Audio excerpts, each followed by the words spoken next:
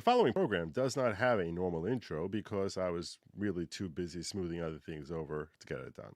So, Ori? Good evening, everybody. Happy Thanksgiving. Welcome to the following program. I'm yours, Joe Neerman, a.k.a. Good Lawgic. I apologize for my lateness this evening. I was going to be on time, or like at least very nearly on time, like within like a minute. I really think I would have been on time. I would have been on time. And I was doing my last second, breath test kind of thing before I go on air, because obviously I have to make sure I have fresh breath when I come on air. So I was doing like the whole that whole thing. And then I hear a voice coming from downstairs. And I was like, that's my dad. I think my dad's here. When did dad get here? So I went downstairs and I was talking to my dad for like the last 5 minutes or so. And I was like, all right, Dad, I got to get back up and do my show. But fresh breath, wished my hellos to my dad. And we're good to go now. Hope your Thanksgiving has been phenomenal. Phenomenal. Excellent. Happy Turkey Day, you all. Gobble, gobble. I've never said that in my life, but I can't say that ever again now that I've never said that in my life. Gobble, gobble. And yeah, so Thanksgiving is a holiday that I think is probably it's top three for me in American holidays. Top three. Yeah, definitely up there. It really, in certain ways, to me, is the number one, even more than July 4th. Because I think that it inspires people to have appreciation for what they have, at least conceptually. I cannot tell you in practice. I'm not at your Thanksgiving dinner. I don't know, but in practice and traditionally, it has had that impact on Americans, making them be better for at least one day in that way, which I think is one of the most important. I think the ability to have gratitude for what you have is actually one of the most important developments that can never be overstressed. And I'm a big thing. I actually believe the world was created for people to give gratitude. The entire world. The only reason that God put us here is for us to give gratitude. So any holiday that's inspiring that, I think, has a positive impact on the person themselves who's expressing the gratitude and those who are the recipients thereof. So probably more so on the person who's making the expression, because it instills within us a certain sense of humility and the fact that we need each other and or God or whatever it is that you're expressing gratitude toward. So and that verbal expression, as well as feeling it in your heart, is such an important part toward our own development into being happy people.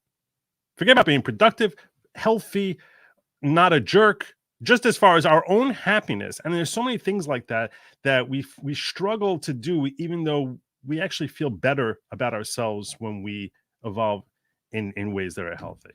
So it's very much aligned with my whole following greater sense of greater personal growth. And so I hope that if you take like a minute to just sort of look into your life and the things you're appreciative of and for, and express gratitude, whether that gratitude is expressed to a family member, a friend, or God, or all the above, I'm positive there's no way you'll feel regret from it. Anyway, it is Turkey Day. Most of you are loaded up with tryptophan coursing through your bodies. I will do my best to use my dulcet tones to lull you into a false sense of sleep until I redirect this stream over to Nick Ricada, and you're dozing away there, and his cackling laughter will invariably wake you up. So that's the plan. That's the plan I have for tonight. That's the plan. So I might be popping over onto his stream. I'm not sure. He said he was going to kick me an invite, and he's like, no pressure. I was like, all right, we'll see. Depends on how tired I'm feeling. So more family oriented as well. Indeed, Mary. Indeed. Anyhow, I want to start with by talking about Javier Milei. I believe that's how it's pronounced. Milei. I'm pronouncing it. Javier Milei. The fiery demagogue leader of Argentina. Oh my God. How this guy has the left completely riled up, like really riled up. Like, and if you may have heard of him. If you're on Twitter or social media, you probably have heard of him. But I would hazard a guess that at least 30 to 40% of you don't know much, if anything at all, about Javier Milei. I didn't know anything about him. I didn't know anything about him. Nothing. I know Tucker did an interview with him. I never got to that one, even though I tried to cover most of his work. And I'm going to be doing some Tucker work later today. But I want to share with you. I want to share with you a couple of clips of what this guy is about. A couple of infamous, notorious clips of what Javier Milei is all about. I need to caution you about two things. Number one, he speaks in Spanish, and number two, he has a little bit more of a potty mouth than I tend to air. But he's a world leader now, so what am I going to do? So you're gonna see some of the. I'll try to beep him out. I'll try to beep him out when we hear some of his because I don't. It's a family show. So I'll try to beep him out if we see stuff gets a little bit too far out of hand. We'll see how it goes. Share screen, entire screen. All right, this is the boy. This is the man. His hairdresser is the same guy who did Clockwork Orange, which is very cool. And hide that. And here we go. If you don't speak Spanish, well, anyway, here we go. I'm going to try to beep out anything that's bad, but you can read the screen for the captions, in case, well, whatever. Zurdo de mierda no le podés dar ni un milímetro. ¿Me podés definir zurdo de mierda que no Todos lo los que, digamos, los colectivistas, los que ponen, digamos, o sea, esa idea. A ver, ¿por qué le pones de mierda, digamos? Porque son una mierda. O sea, no, pero es que si pensás distinto te van a aniquilar. Kill Ese es el you. punto. Es decir, vos al zurdo no le podés dar un milímetro, porque le das un milímetro y lo toma para destrozarte. Es decir, vos no podés negociar con el zurdo. No se negocia con esa mierda, no se negocia porque te van a llevar puesto. Si tienen un golpeador que caga trompadas a la mujer. Beats his wife. Wow.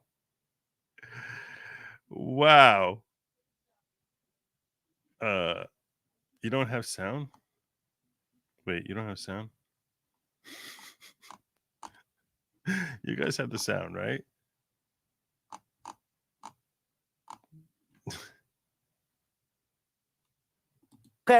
Digamos, si es de ellos, se pone el pañuelito verde y grita todo el tiempo contra el neoliberalismo, lo ocultan. ¿Me entendés? O sea, si de repente hay alguien que acosó a un periodista que acosa a otra periodista, lo ocultan. Es decir, a todos los de ellos lo ocultan. Todas esas aberraciones la ocultan. Ahora, si vos estás del otro lado, a vos te van a estropear. Te van a matar, te van a dar con lo que sea. No les importa arruinarte la vida. ¿Por qué? Porque no pensás como ellos. ¿Y sabes qué es lo bueno de todo esto? Hay algo bueno en todo esto. Porque como el error es humano, como todos nos podemos equivocar, ¿sabes qué nos obligan? Nos obligan a ser mejores. Y como estamos siendo tan mejores que ellos, como los estamos aplastando en la batalla cultural. They're making us better. They're holding us to higher standards. They're making us better people. Los estamos pasando de arriba porque no solo le ganamos en lo productivo, somos superiores moralmente, somos superiores estéticamente. That's right. They're making us superior. We're richer. We're more moral. We're prettier. We're more aesthetically superior. Than the left. Oh, sorry, I didn't mean that way. Somos mejores en todo y les duele. Entonces, como no pueden pelear con las herramientas legítimas, se apalancan en el aparato represivo del Estado, poniendo torres de guita para hacernos mierda. Y aún así no pueden. She's like I can't figure out what to argue with about what he's saying here. Tuvieron que bajar la nota. Tuvieron que bajar la nota. ¿Me entendés? Que están perdiendo. Están desesperados. Están perdiendo la batalla cultural. Los zurdos de mierda. Por primera vez se ven acorralados. Los zurdos de mierda. Sorry about that. That's a channel I end up watching a lot. I watch Cracking the Cryptic a lot. I like their videos. Oh my God. Yes. Yes. They call him the Spanish Trump. He didn't just win in Argentina. 56-44. 12-point spread. 56-44.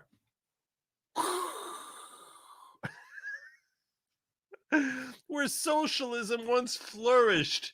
They're like, oh my God, save us from socialism. This could be true that Trump wishes he was Milei. Yeah, Mola says, I thought Thanksgiving was only about giving thanks to corporate overlords for gracing us with the great gifts deals on Friday. No, it's really for, I love this guy, completely unbiased, fair and balanced. He's re-woke, totally hinged, open-minded British dentist. Really?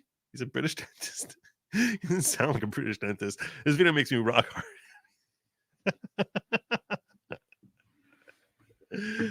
Okay, then. All righty. Okay. Well, anyhow, so that was the first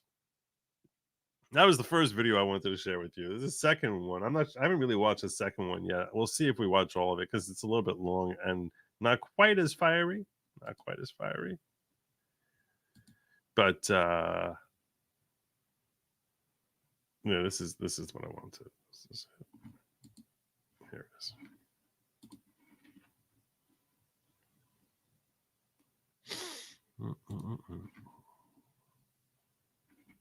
El problema argentino es un problema cultural. Es decir, esta es una sociedad que está infectada de socialismo. Y lo que hay que lograr es sacar el socialismo de la cabeza de la gente, ¿sí? And the left will not learn from all the problems with socialism in South America, in Russia, China. They won't learn from it. Y los principales promotores de estas ideas son los políticos. Te propongo que veas lo que fueron las declaraciones de Graciela Camaño. Se supone que uno de los mejores dirigentes de Argentina. ¿Sabes contra quién van? Contra los liberales. Porque los liberales somos los únicos que le enrostramos a los políticos que ellos no son la solución, que ellos son el problema. Los políticos son una suerte de sociópatas que quieren hacernos creer que nosotros somos inválidos mentales, inválidos en todo sentido, porque no podemos vivir si no fuera por ellos. En realidad, los que no pueden vivir sin nosotros son ellos. Es decir, si el país se separara entre los que producimos de un lado y del otro lado, queda la mierda de los políticos, los sindicalistas, todo este conjunto de parásitos se hunden, se mueren. Separemos la Argentina, en Argentina del Norte y Argentina del Sur. ¿Sabes qué? Los que estamos dispuestos a laburar nos vamos a la parte más pobre del país, le dejamos vaca muerta todo. Aun cuando se quedaran con todo, se van a hundir estas ratas porque no sirven para nada. En cambio, los que laburamos y sabemos ganarnos la vida, ¿sabes qué? Nos va a ir bien. Nosotros... He's like, they don't do nothing. They don't do anything. They're really an unnecessary portion. Somos gente de bien, gente que labura, y no vivimos abogando por la envidia, el odio, el resentimiento, el robo, sí, el trato desigual frente a la ley, que es esa inmundicia de la justicia social, que es lo más injusto que existe, porque implica robarle a una persona el fruto going after social justice. Because social justice means stealing the fruits of someone's labor. de su trabajo para dárselo a quien a mí se me da la gana. Pero ¿de dónde salieron esta manga de sátrapa? ¿Sabes por qué? Porque además en todo ese proceso, no solo que destruyeron la economía, empobrecieron a la gente. Sí, desde el año 70 hasta ahora el Estado se triplicó. That's what it is. Once they impoverish everyone, so then there's nothing left to give to those people you want to give to. There's nothing left. It's like we want to make you poor, and then everyone's poor. It's not like they're making people better off. They're not teaching them to fish. They're just giving them other people's fish.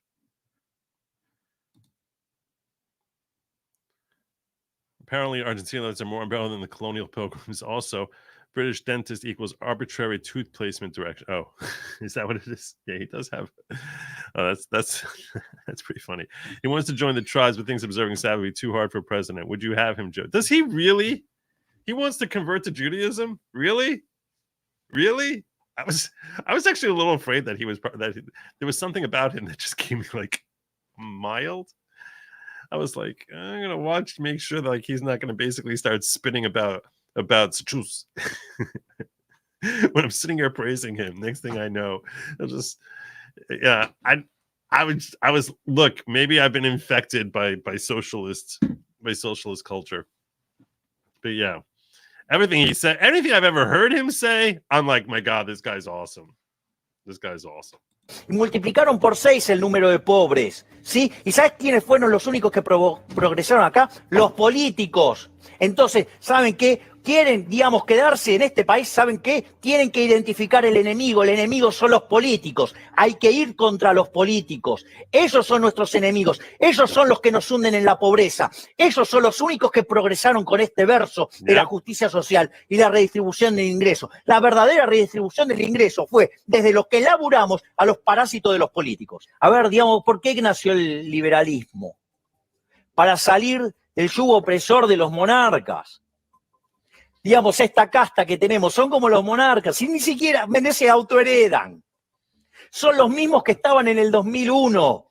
No se fue ninguno, estos chorros se quedaron todos. Y hay más, porque además se multiplican, porque tenés que agregar la parentela. This guy just pulled the cord on him with some question and just let him go. He's just sitting there, just absorbing it. And he's like basically spitting out everything that's been wrong in Argentina. Sí, porque además tenés que agregar la amante, porque tenés que agregar la familia del amante, y crece, y crece, y crece. Y el bolsillo, digamos, de lo que producen, digamos, es cada vez más chico. O sea, entonces no puede ser que en un país, si le vaya mejor a los parásitos de la política que el tipo que produce. Es decir, no te puede ir mejor, ¿sí? Siendo un parásito de la política que no produce nada y que cuando hace algo lo único que hace es daño, porque una de las cosas que pasa cada vez que... I don't hear people talking about this enough, about the fact that Washington is getting so wealthy while producing nothing and just redistributing. And we take it here in America as a given, as like, oh yeah, that's totally normal for these people to enter politics and get richer and richer. I saw a statistic which was showing that I think I'm trying to remember where I saw. I think I might have seen it on TikTok. I'm not sure. It might have been a short, but it was basically showing how how Clinton came into office, and like Reagan came into office with, and his net worth was like $4 million, and he left with a net worth of like $7 million, and Clinton came into office with a net worth of $1.2 million and left with a net worth of $240 million. And that George Bush came in with a net worth of something like of like 2.4 million, and he left with like a net worth of like, I don't know, 4.7. And Barack Obama went up from 1.2 million to like 60 million or 70 million, which is worth a lot more than that now. And that Trump, it was basically showing that Trump came in with 3.75 billion and left with 2.5 billion. So, I mean, it was obviously a very pro-Trump thing. But putting aside whether the Trump part of it or not, whether you believe put Trump aside. It's not. These presidents are getting wealthy. I mean, really, it's a great gig. It's a great gig if you can get it. And it's not, sadly, it's not just the presidents. It's every senator, every member of the House. It's like, oh, they see their net worth just, and we just all just like, oh yeah, of course. Well, he's working in Washington. Of course, he's wealthy. Like, why is that? This is like public service is such a great gig. Oh my gosh, thank you for being. I mean, imagine trust me, if public service, if being a public servant was if being a private servant was anything like being a public servant, no one would be complaining about what happened. It's crazy. It's crazy. Apparently, the servant part means that the public serves you. That's what public servant means. The public serves you. And we never talk about it here. We never talk about this here in America, about how wealthy people become once they enter Washington. We never talk about it. We just accept it as if like, oh, that's just, of course, you know. we never ask questions. It's like their salaries are that high, you know, relative to like the rest of the country, that they should be going up by the many millions every few years. Let me get this. Mozamboni, happy Thanksgiving. This guy was working as an editor of mine back in the day when I was producing videos. Well, hello there, Mr. Neerman. Been a while, sir. Looks like all's well. Keep on keeping on, my good man. You too, my friend. Once again, thanks for everything. Viva la libertad, carajo. Long live damn freedom. Oh, I didn't know that. That's what I meant. Did someone say brisk party? I don't remember saying that. Did I say that? I didn't say that. Government is parasitic, stealing from us. Yep, it totally is. Allegedly, the government didn't invert the guillotine. I don't know what that means. Milei says the cat's bad, but he allied with the people who got us back under the boot of the IMF and are the main parasites of public works. I'm going to talk about claims about him. I'm going to actually pause here. And I'm not sure if this is what you're referring to. Someone shared this with me. When I shared a tweet about him, this is what I tweeted. Cultura, afuera. This is what I shared on Twitter.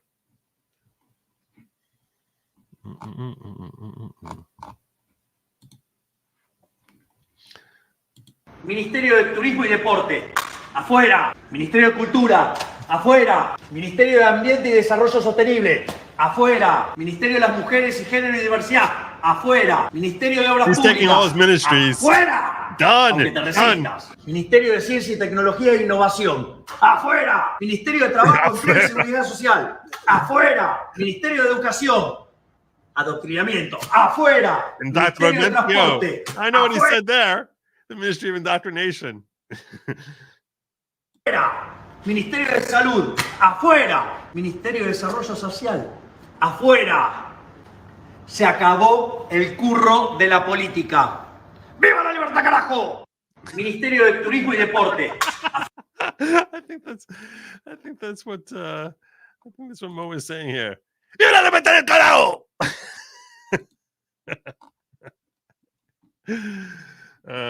So there you go. The fiery leader of Argentina. Unbelievable. The guy. Unbelievable. So when I put that out there, the way I shared it was I said my new hero. And someone sent me this. Joe, this was up in Connecticut, who was a regular watcher of my show. And informed me that he's listed as being on WEF, World Economic Forum, which is obviously the ministry of one world. Be happy and eat the bugs. And you'll own nothing and be happy.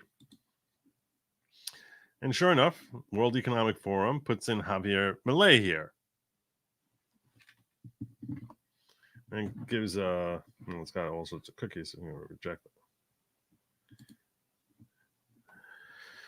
And all sorts of titles that he had, and they list him as being in the World Economic Forum. So should I take this as a sign that he's really like a dark horse type of character who's looking to sweep us into the web? I don't think so. I think it's reason to be alert. I don't just ignore this. But I think that it's I'm not worrying about someone going up on their list. They could put me on their list tomorrow. They could put anyone on that list. They could put Trump there. They could put any human they want there as being a part of the WEF. Does that mean they're actually part of the WEF? I mean, Vivek claims that, he's got nothing to do with WEF. If I were with the WEF, I would I would try to sow seeds of discontent and basically put some of my enemies and list them as if they're members there. Does that mean that he's not a part of WEF? No. What I'll tell you is this. I care more about than some stupid list that people are on, the messaging that they're giving. That's what I care about. I'm not all about the whole us versus them. I'm like, okay, are you promoting policies, ideas that I agree with, or are you not? Nothing about what he has been pitching in any video I've seen of him has remotely been promoting the concept of we're all going to come under some group umbrella and establish some new world order. So is he on this list? Apparently, yeah, he is. Is that a reason I'm concerned? No, not really. Not really. I mean, I'll watch and listen and see if I see any signs, but it's very easy for them to put someone on a list just to make us, question them. You have to listen to the messaging that they're giving. That's my opinion. Because otherwise, we're giving the WEF too much power. You're giving them ridiculous amounts of power. That they basically can designate anybody they choose at any time as an enemy of genuine foundational American values. They just tar them with the label of, oh, he's a member of he's one of ours. And how? So that means, so we're done with this guy. We're done with that guy. We're done with whoever it is that we like, because they'll take every one of them and say, oh, he's one of ours also. Oh, sure, him too. Oh, her also. It's like, I can't give them that. I can't cede that level of power to the WEF that a stupid bio in a picture with a name all of a sudden is gonna make me say I can't trust this guy anymore. I think I'm giving the WEF way more power and credit by trusting them. I'm basically trusting them and saying, because I trust them, now I distrust you. I don't trust them on anything else, but on who's on their list, I trust them. I can't do that. We have to be. We can't be that knee jerk.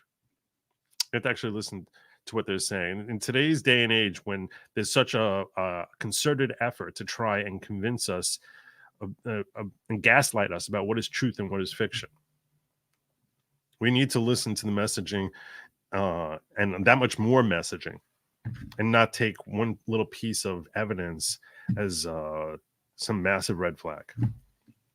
That's my take. If they put Tucker Carlson and they said he's a member of the WEF, would that say to you, oh, okay, well, now I know what he's all about? I don't think it would. I don't think it would.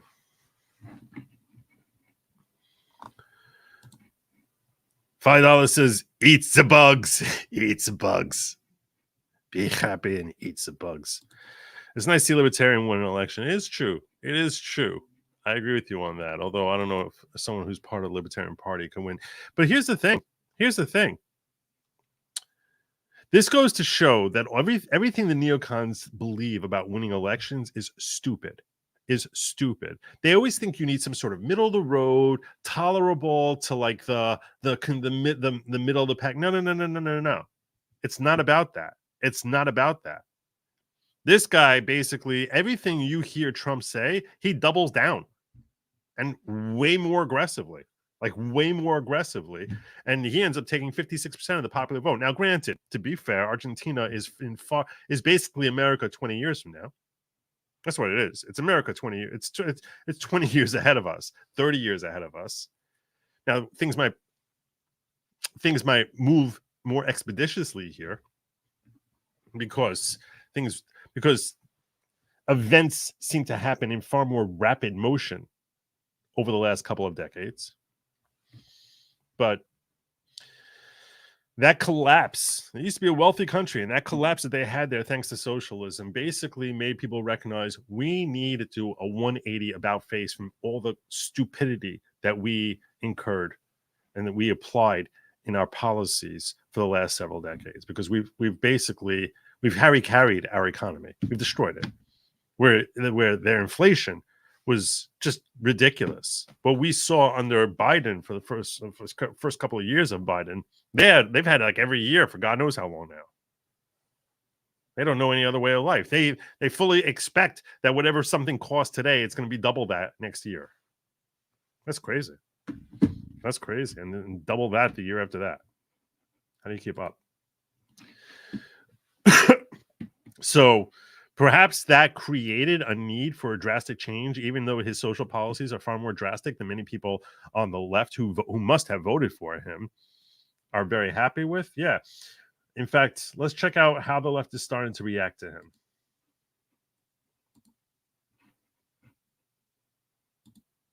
Wing outsider Javier Milei. Oh, that's fast. I know you can't see it yet. You will in a moment.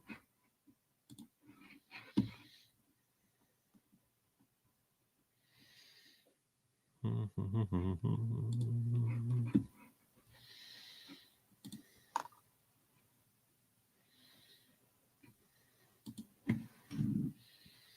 going to give you one of these. Look at the results of the Netherlands election. Another Trump-like PM.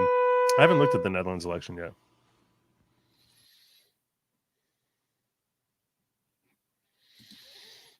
People voted Milei to punish Peronism for being unable to manage a crisis, yet still wasting state money on woke, stupid stuff. Yeah. Sometimes you need someone to exhibit just how terrible they are in order for people to start waking up and saying, none of this makes any sense. It doesn't make any sense. And even the left, eventually, they wake up when they realize how they're going bankrupt. Have been celebrating his victory in the presidential election. Mr. Milei, known as El Loco, or the Madman, pulled off a major... El Loco! Viva El Loco! I gotta tell you, if I ever go into politics, that's the politician I'm gonna be. That right there. That's the politician I'm gonna be. Afuera! I'm gonna learn Spanish even. Oh my God. No, I'm not going to politics. Upset. Provisional results show the self-styled anarcho-capitalist won with 55.7% of the vote. The people of Argentina have elected far-right outsider Javier Milei. Now, in this case, I think far-right is probably a fair description. It's probably a fair description. As their new president, delighting the far right here in the United States. Now, before we get to their gloating, here are some details about Milei and why voters chose to go with this anti-establishment candidate. Now, he won against Renewal Front Party candidate Sergio Massa, 55.7% to local Lawgic. This is very loud. Her voice is a little shrill. 44%. Milei has promised drastic changes, which include ditching the local currency, the peso, for the dollar and blowing up the central bank. He has also proposed cutting welfare payments and slashing bureaucracy by closing the ministries of culture, women, health, and education, among others. On social issues, he is as far right as you would expect, very similar to what we see here among right-wing politicians in the United States. He wants to loosen gun laws. He wants Oh my gosh, he wants to loosen gun laws.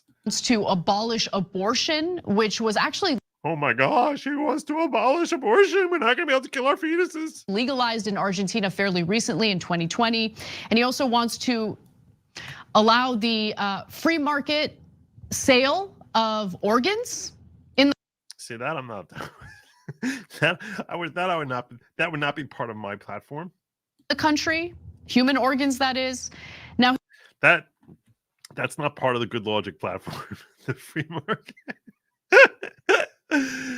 That's where libertarianism to me basically just goes whoop right out the it's like I don't think you really thought this through. I mean, I think it's like you're trying too hard now. Well, with your liberty, you can do whatever you want. It's your body. Nah, I think you've gone a little too far. This is why I'll never call myself. I can't ever foresee calling myself a libertarian. I just can't. I can't. Because yeah, you know, it's consistent with libertarian policies that the individual can do whatever he wants. It's his life. It's his body. He can do whatever he wants. By that logic, you can sell your own brain. But I will tell you this, if you're willing to sell your own brain, it's probably not worth very much money. If you think about it, right? I mean, if you're willing to sell your own brain, it's probably not worth that much money. And the guy who buys it would probably sell it again. How many times would that brain be resold? A lot of times. A lot of times. his victory comes amid a deep economic crisis, which has seen annual inflation rise to 143% and 40% of Argentines living in poverty. Now, I would have said Argentinians, but I guess Argentines probably makes more sense. That information to kind of explain where the hearts and minds of the voters in Argentina happen to be. I think that that is something that we should listen to, we should consider. So I don't want to put words in their mouths. The BBC actually spoke to voters in Argentina, and here's what they had to say. Okay, look, I'm making the point. If you think about I'm simply making the point. You're buying a brain, which is basically infected with a mindset that it's a good idea for me to be resold. I mean, that's basically what you're buying. So now that's going to come into your, that's going to, why would you do that? That doesn't make any sense. That doesn't make any sense at all. I don't know. And how will that ever end? I guess when the brain dies or something. It's like an aneurysm. No estoy de acuerdo con todas sus políticas sociales, pero sí con la mayoría de las económicas. Y me parece que... See, because ultimately social policy yields to economic policy. Social policy is like, yeah, you know, that's like what I'd really like to have. Economic policy is, yeah, that's what I really need to live.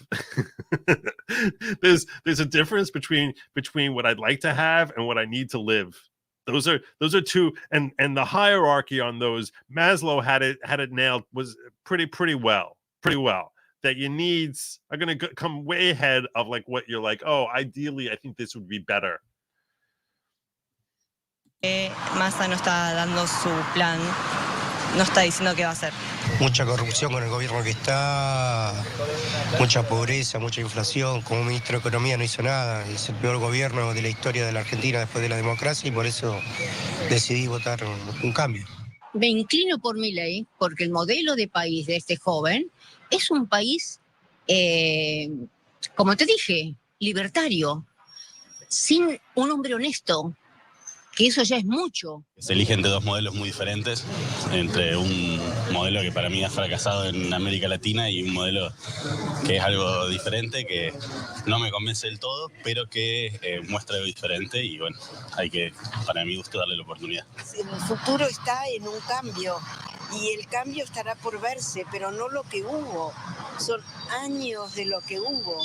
They're waking up. They're waking up. They're like, yeah. Look at her face. Look at that punim of hers. Look at the shock and horror on her face. I have it frozen here because I think that face is priceless. It says it all. Like, is that coming here? Is that what we're going to see? So clearly they note all sorts of flaws within the political system in Argentina that they want to fight back against. And so they're placing. No, they also know what all of them noted was that the economic policies of socialism suck. That's essentially what it is. They're like, these are terrible. These are awful. These are a disaster. This has destroyed us. We can't live as a society this way. But the Young Turks and their whole like, we're all progressive socialists. Oh, that's going to make such a wonderful utopia. Somehow they just watched 8 clips of 8 different Argentines who are sitting there expressing what a disaster the economy has been in Argentina. And they're like, well, so obviously, you know, they're looking for some change. They're not happy with the politics. It's not the politics. It's not the politics. In fact, if anything, they expressed that they agreed with the politics. They just don't like the outcome of the politics that they've been endorsing for decades. Their bets on this anti-establishment candidate who is now the president-elect. They mentioned corruption. They mentioned an unstable economic. Corruption? No, that's not what they really mentioned. I didn't remember hearing anyone use the word corruption. No, they didn't talk about corruption. It's like she literally heard the same thing I just heard. Presumably, it was pumped into the station where she's playing it. And somehow she heard in there the word corruption. I didn't see the word corruption anywhere. System. But that's how she has to spin it. You have to spin it that, you know why it didn't work in Argentina? Because they had corruption. None of them talked about corruption. None of them. They said the policies we've been using here for our economy have stunk. And they made us broke. What are we supposed to do? How long can we keep staying broke? We've been broke for a while now using these policies. We think that, I don't know if this guy's going to work, but it's got to be better than what we've been doing. that has led to poverty. And as you can tell from the multiple answers that they gave journalists there is deep anti-establishment sentiment because they feel that the traditional political parties have failed to. It's not anti-establishment. It's anti-being broke. It's anti-being living on the streets. It's anti not being able to pay to buy basic groceries. That's what it's anti. That's not anti-establishment. Unless the establishment means that we're going to, unless the establishment is rigged towards bankrupting its own populace, which is possible. Unless that's what your definition of establishment is. Establishment means that this is the group that's here to bankrupt its constituents. Then yeah, I guess anti-establishment. I don't even understand. Is she listening to anything that they just played there? Did any of you hear them say, "Oh, we really need something anti-establishment"? No.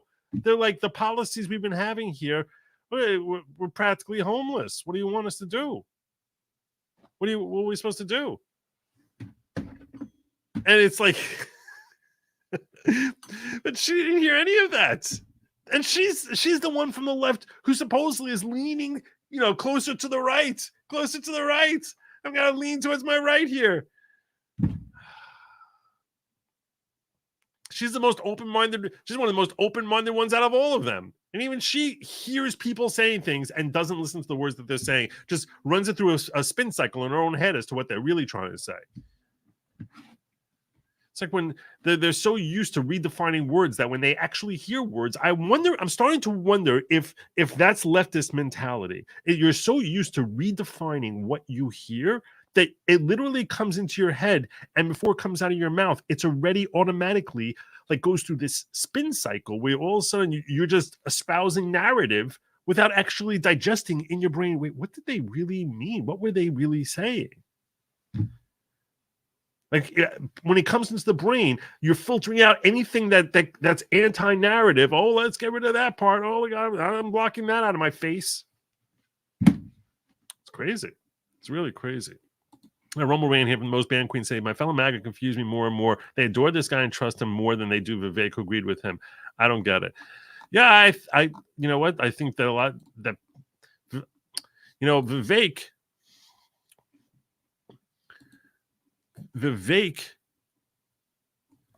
is very, very smooth.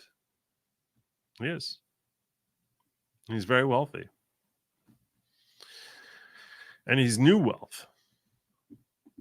And he's a new voice. He's not the same in your face that we feel like we know him before he even starts running for politics. He's just a guy who's coming out of nowhere who's running for politics.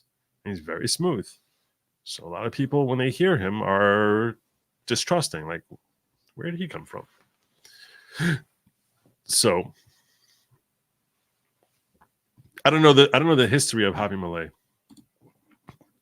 Only if you view left as Marxist and right as libertarian. Okay. That's a fair point. But that's how she views the world, certainly. To her, it's a fair point for her to refer to him as being far right. And I don't think that's a crazy way. Certainly, even though Marxist is more of an economic type of perspective and libertarian is more of a social perspective in general. And yeah, I understand his economic libertarianism, but I don't want to start getting into labeling. I was with till the organs. Yeah, the organs kind of lost me too. Early collection from donors coming soon. A la Monty Python's Meaning of Life. Always look on the bright side of life. Oh no! Wait, is that book? Is that? Oh yeah, it is. That was it. What the fuck?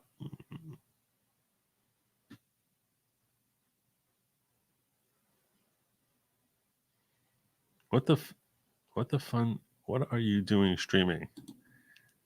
Does exclude J&J vaccine too? I don't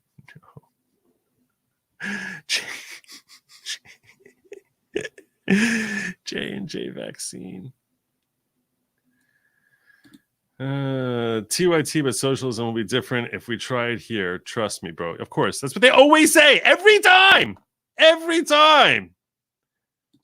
Every time socialists expect corruption as inherent in the system. Yeah, that's why socialism never works, because of corruption. But this time it won't be corrupt. It never worked before, always because of corruption and problems that are definitely not going to, because it wasn't democratic socialism. It was just socialism. Far right for me, Argentina. The truth is the left has, I don't know that song. What's that song? What is that song? I don't know that song.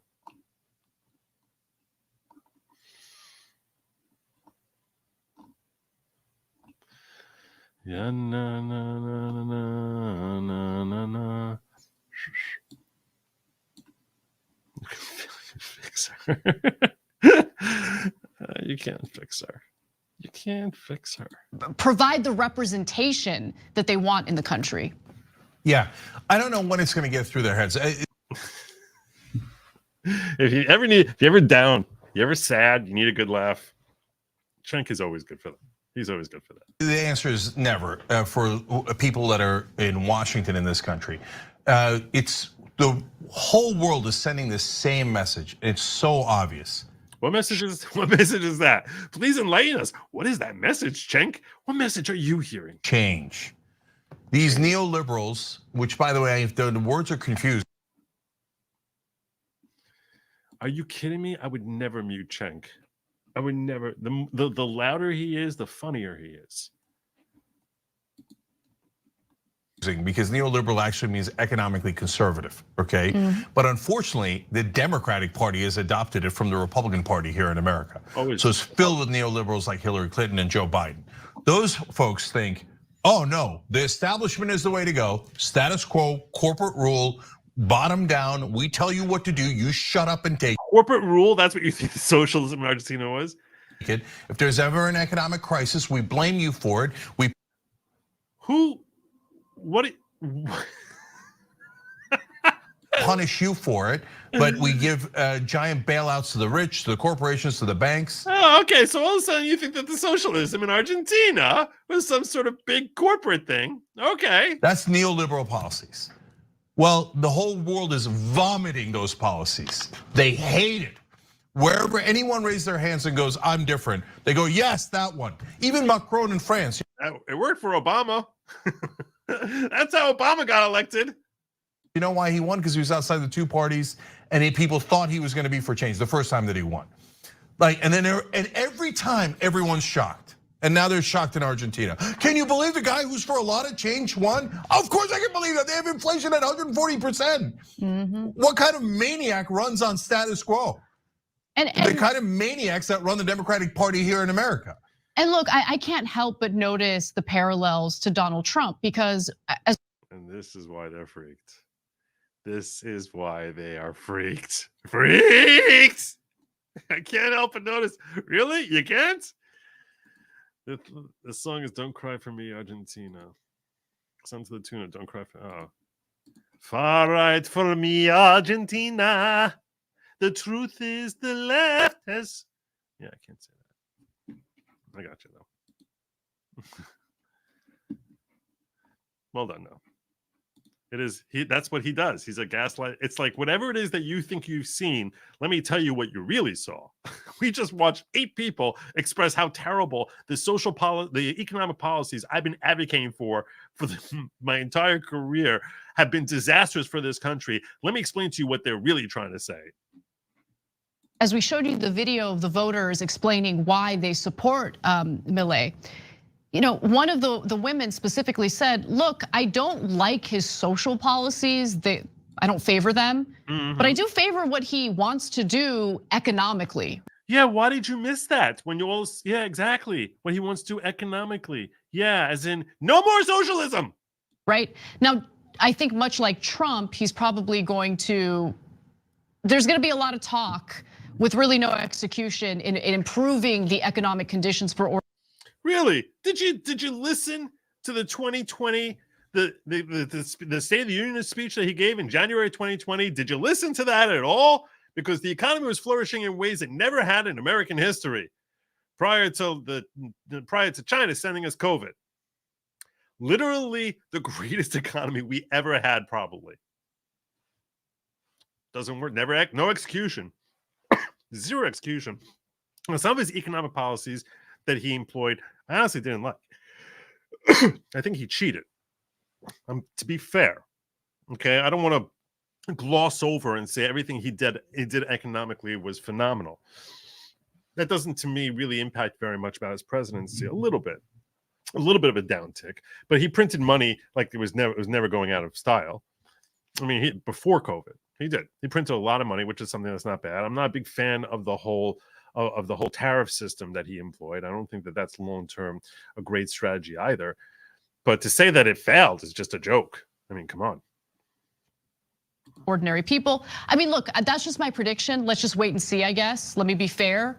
However, analysts say that Milei's aggressive style and his promise to do away with the political caste, which he blames for the country's ills, appealed to voters who are fed up with Argentina's established parties. Now, he did talk about that. He did do that. It's just you didn't show anyone in your interviews who was saying that. He said, quote, "This model of decadence has come to an end. There is no turning back," he told his supporters in his victory speech, promising a new era for Argentina. From being the richest country in the world, today we are ranked 130th. Half of Argentines are poor and the other 10% are destitute.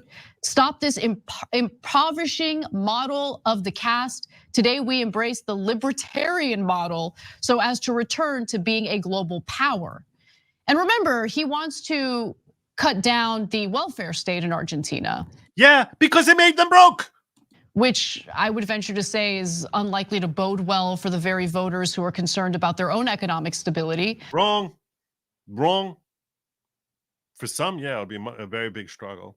For most of them, it actually won't be. But we'll see how it plays out.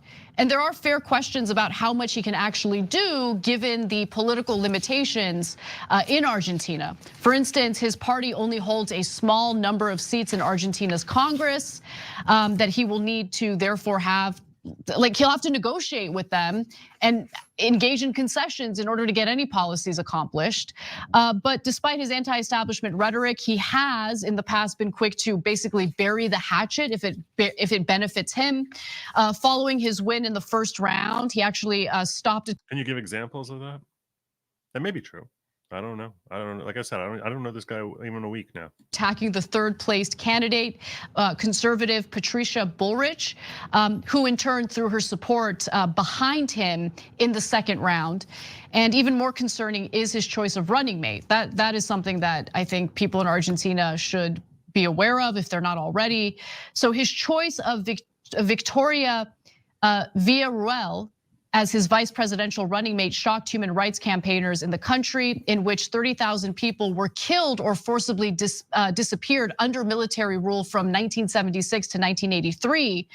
Apparently his running mate, who's now gonna be the VP, comes from a military family, has defended officers convicted of crimes against humanity, and proposed dismantling a museum which commemorates victims of Argentina's military junta.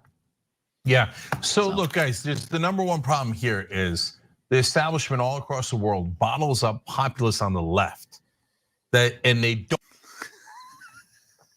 What do you think Argentina has been for the last 30 years? What do you think it's been? What do you think has been going on there for the last 30 years? Where is your head? Oh my God. Oh my God.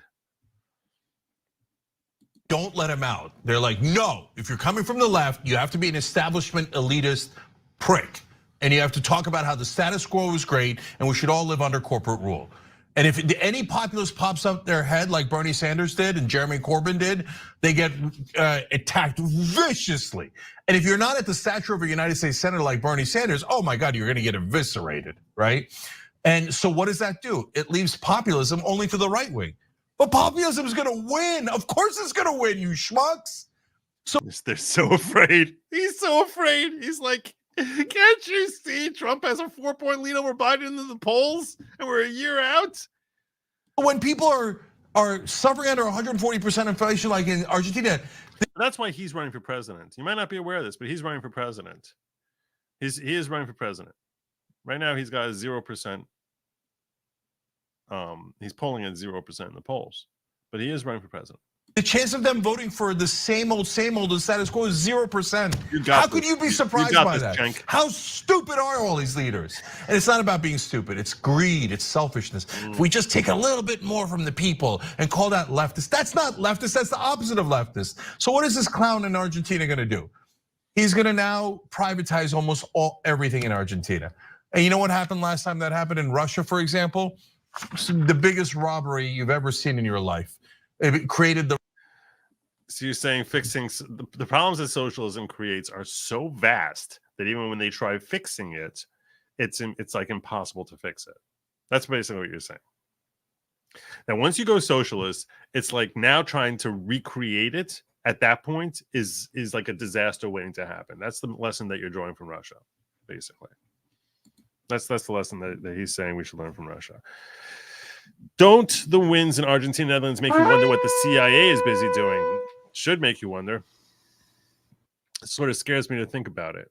Wait, so you think the CIA was controlling the wins in Argentina and Netherlands? That's what you think is happening? Could be.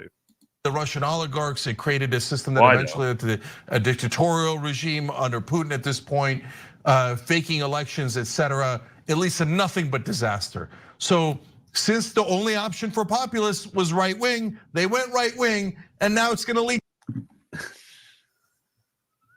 He's so mad.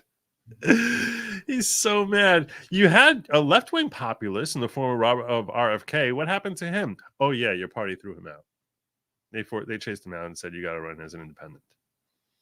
We're not going to let you have an actual election against Biden. That's what happened. That's what happened. RFK, he's a populist. Trump versus weekend Biden's. To disaster. But anytime you propose populism on the left, it's the media that eviscerates it. No! Corporate rule is awesome! Do not raise your heads, leftists. Yeah, where was your support for what? Where was your support for Kennedy? Why didn't you support Kennedy? So now they're gonna, and by the way, here's a proof of concept. The one place where populists on the left was allowed was Brazil. And then Lula won, and Lula won easily. The leftist populists will win much more easily than right-wing populists, but we have to get under the oppressive thumb of mainstream media here in America. So as I promised, the right wing in America has been gloating about this win in Argentina. Donald Trump posted about this on Truth Social multiple times. In one instance saying congratulations to Javier Milei on a great race for president of Argentina. The whole world was watching. I'm very proud of you. You will turn your country around and truly make Argentina great again. You have Tucker Carlson posting a photo alongside Milei. And then the Daily Wire's Ben Shapiro said that this is awesome news. And then finally, I wanna go to the video posted by Marjorie Taylor Greene. She celebrated this win by Milei as well with this video embedded in her tweet. Let's watch. Turismo y deporte, afuera. Ministerio de Cultura, afuera. Ministerio de Ambiente y Desarrollo Sostenible, afuera. Ministerio de las Mujeres y Género y Diversidad, afuera. Ministerio de Obras Públicas, afuera, aunque te resistas. Ministerio de Ciencia y Tecnología e Innovación, afuera. Ministerio de Trabajo, Empleo y Seguridad Social, afuera. Ministerio de Educación, Adoctrinamiento, afuera.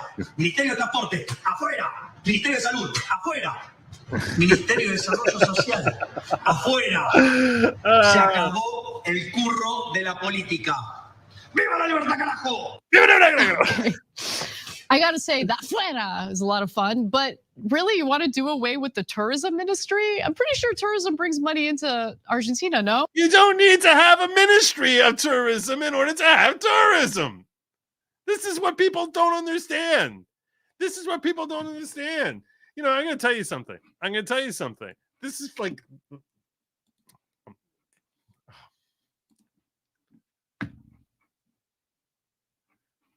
like, this Jesse Nicole B on Twitter. Javier Milei just announced that the Argentina Ministry of Women, Gender and Equality will close in 21 days. Promises made, promises kept. Yeah, this is the retweet. Having a gender is now illegal in Argentina thanks to the new far right MAGA president. He really is just like Trump. a little downward face. So I'm going to tell you that I quote tweeted this. And when I quote tweeted it, where are you? Let me pull up my own. I quote tweeted something to the effect. I'm not going to bother looking for it now because it's not like anything like brilliant. But I basically said that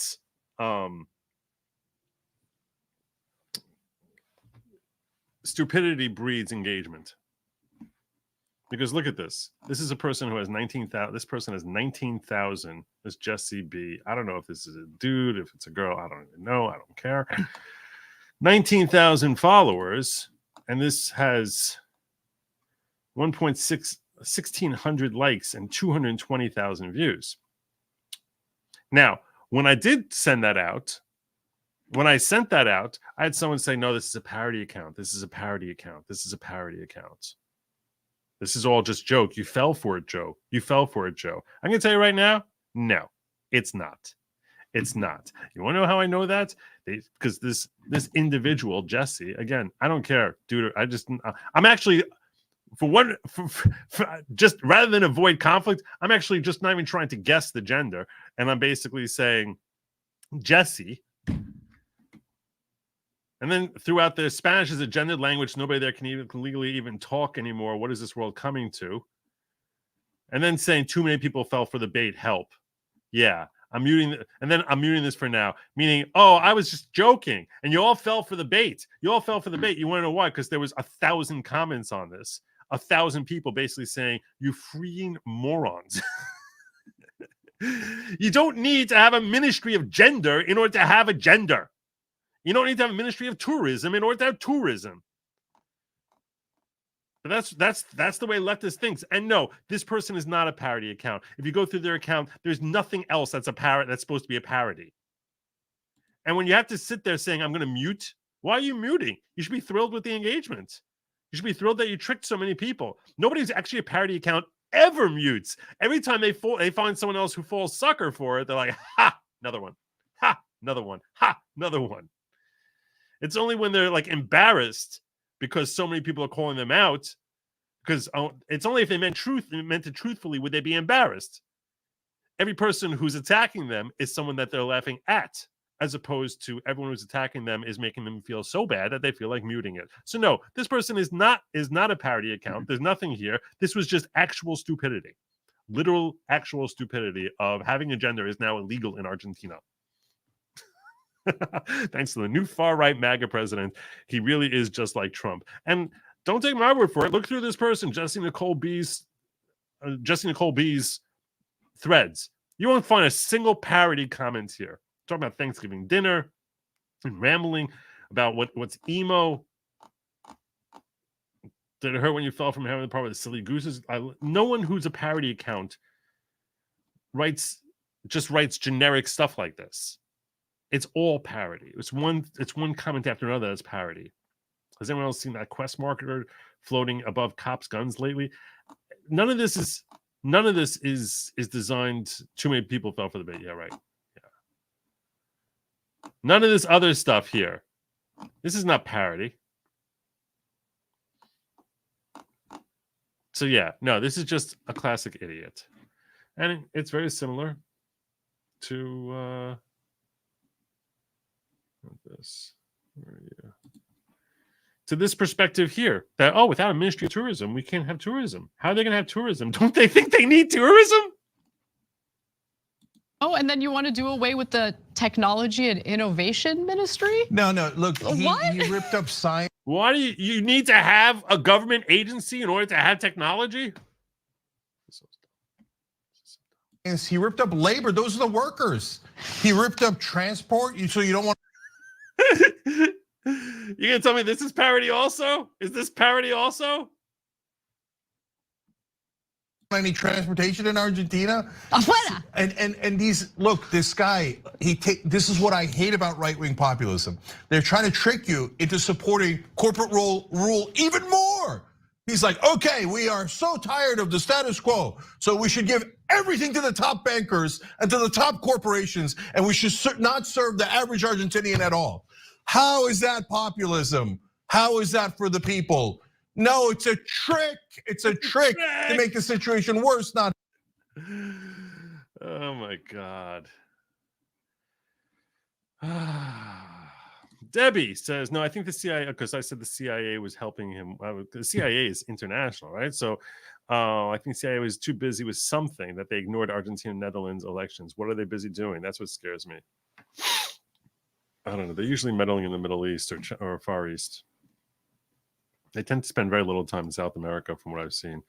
Maybe Central America, but not South America. This right wing is libertarian, not monarchist. Okay. Cynthia, member for 11 months.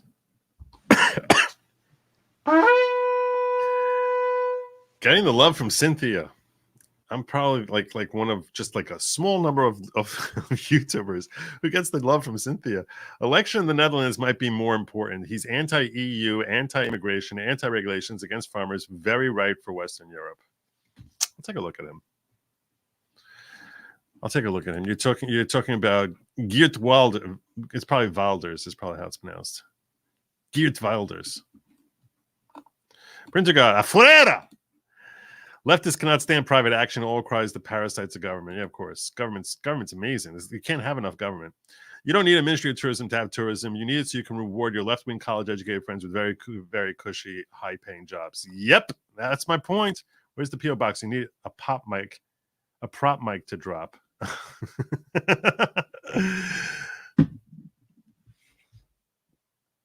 If you want my P.O. box, I can. I've got to double check and make sure that it's still active, because I got it like a year ago. I think I paid for a year. I don't know if I got to make sure it's still active. So I don't want you to send it before, but I'll look into it and I'll try to post it. I'll try to leave it somewhere that's findable, like in the contact. I don't know, contact information or something. Cenk, my roads. Yeah, I need my roads. I need my roads. All right, let's look at Geert Wilders. Geert Wilders. Geert Wilders. Let me see if we'll search YouTube for Geert Wilders. We'll see what we got.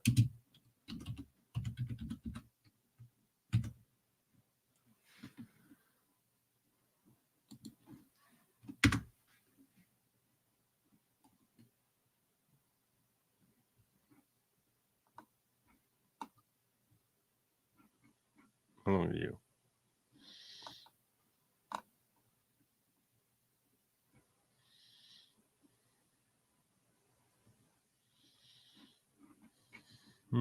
We'll try this.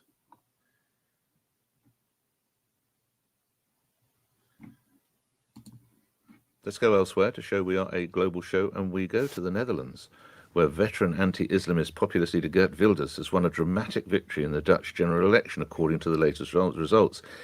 He's been around for a while, 25 years in parliament, and it looks like his Freedom Party is going to win around 37 seats, which will put it well ahead of its nearest rival. Robin Pascoe is editor of DutchNews.nl, Dutch News, all one word, .nl, and joins me now. Thanks for coming on, Robin. Just explain, how many seats do you need to form a government and how many are still in play? Good morning. Good morning. You need 76 to have a majority in the 150-seat lower house of parliament. And so that would technically be possible because Geert Wilders has done so well and surprisingly well. Nobody foresaw this kind of result. But the difficulty is what is actually going to happen now. It's the PVV, his party, have won 25% of the vote approximately. So you can see he's a long way off having an absolute majority. And that means he's going to have to make deals with other parties. And that's where it's going to get difficult. How many other parties want to make deals with a politician who, in the past, has said mosques should be banned and Islam is a fascist ideology, do you imagine, Robin? That's pretty anti-Islamist. That's pretty anti-Islamist. Wow.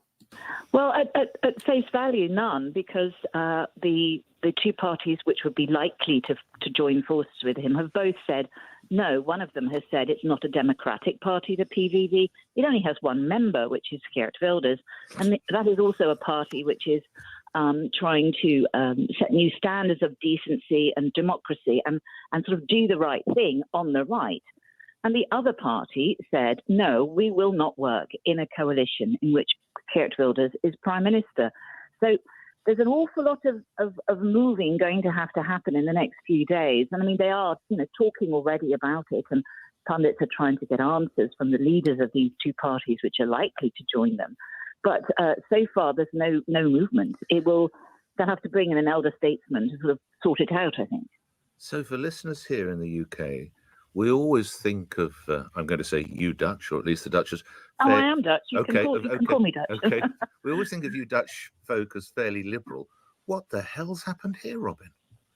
Well, it's not fairly liberal. The Netherlands is not Amsterdam. And if we look at what happened in the cities, if we look at what happened in Amsterdam, the Green Left Labour coalition is by far the biggest party. And Geert Wilders' PVV only scored 8% in the capital. The same is true in Utrecht. The PVV, very, very few votes. In The Hague and Rotterdam, which have slightly different socio-economic profiles, the PVV was just ahead of the Green Left Labour coalition. So it's very much a rural thing, parts of the country that have felt neglected, if you like, by 13 years of... Because you stole their land. That's literally what you did. You stole their land to start some green initiative. And that's what happened here. That's essentially... From what I've seen, I remember covering stories about how the government was literally taking Dutch farms. Mark Rutte's government, which is true in the case of Groningen and Limburg. They are underrepresented in terms of money that gets spent on them, and they've got a lot more social problems. But Groningen and Leeuwarden and other big cities all have the P van de A GroenLinks. So that's to say it in Dutch, sorry, the Green Left Alliance at top. So it's a rural, small town thing. Lastly, in a sentence, who's governing the country today then? Well, the same people who've been governing it for the last 2 years. The coalition collapsed in the summer, and we have a caretaker cabinet, and we will have a caretaker cabinet until we get a new one. And what that basically means is that they keep things ticking over. They can still introduce legislation which Parliament determines is not controversial. Right. But they keep things going. And I mean, I have no idea how long it will take. 3 months, 4 months before we actually have a government. Robin Pascoe, you're editor of DutchNews.nl, as in Netherlands. Thank you for your time. I want to check out also is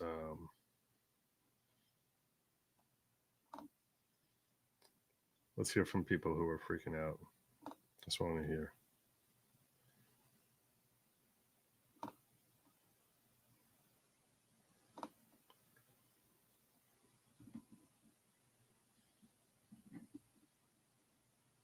Let's hear this. I want to CNN News. You can call it an earthquake. Nobody expected this result.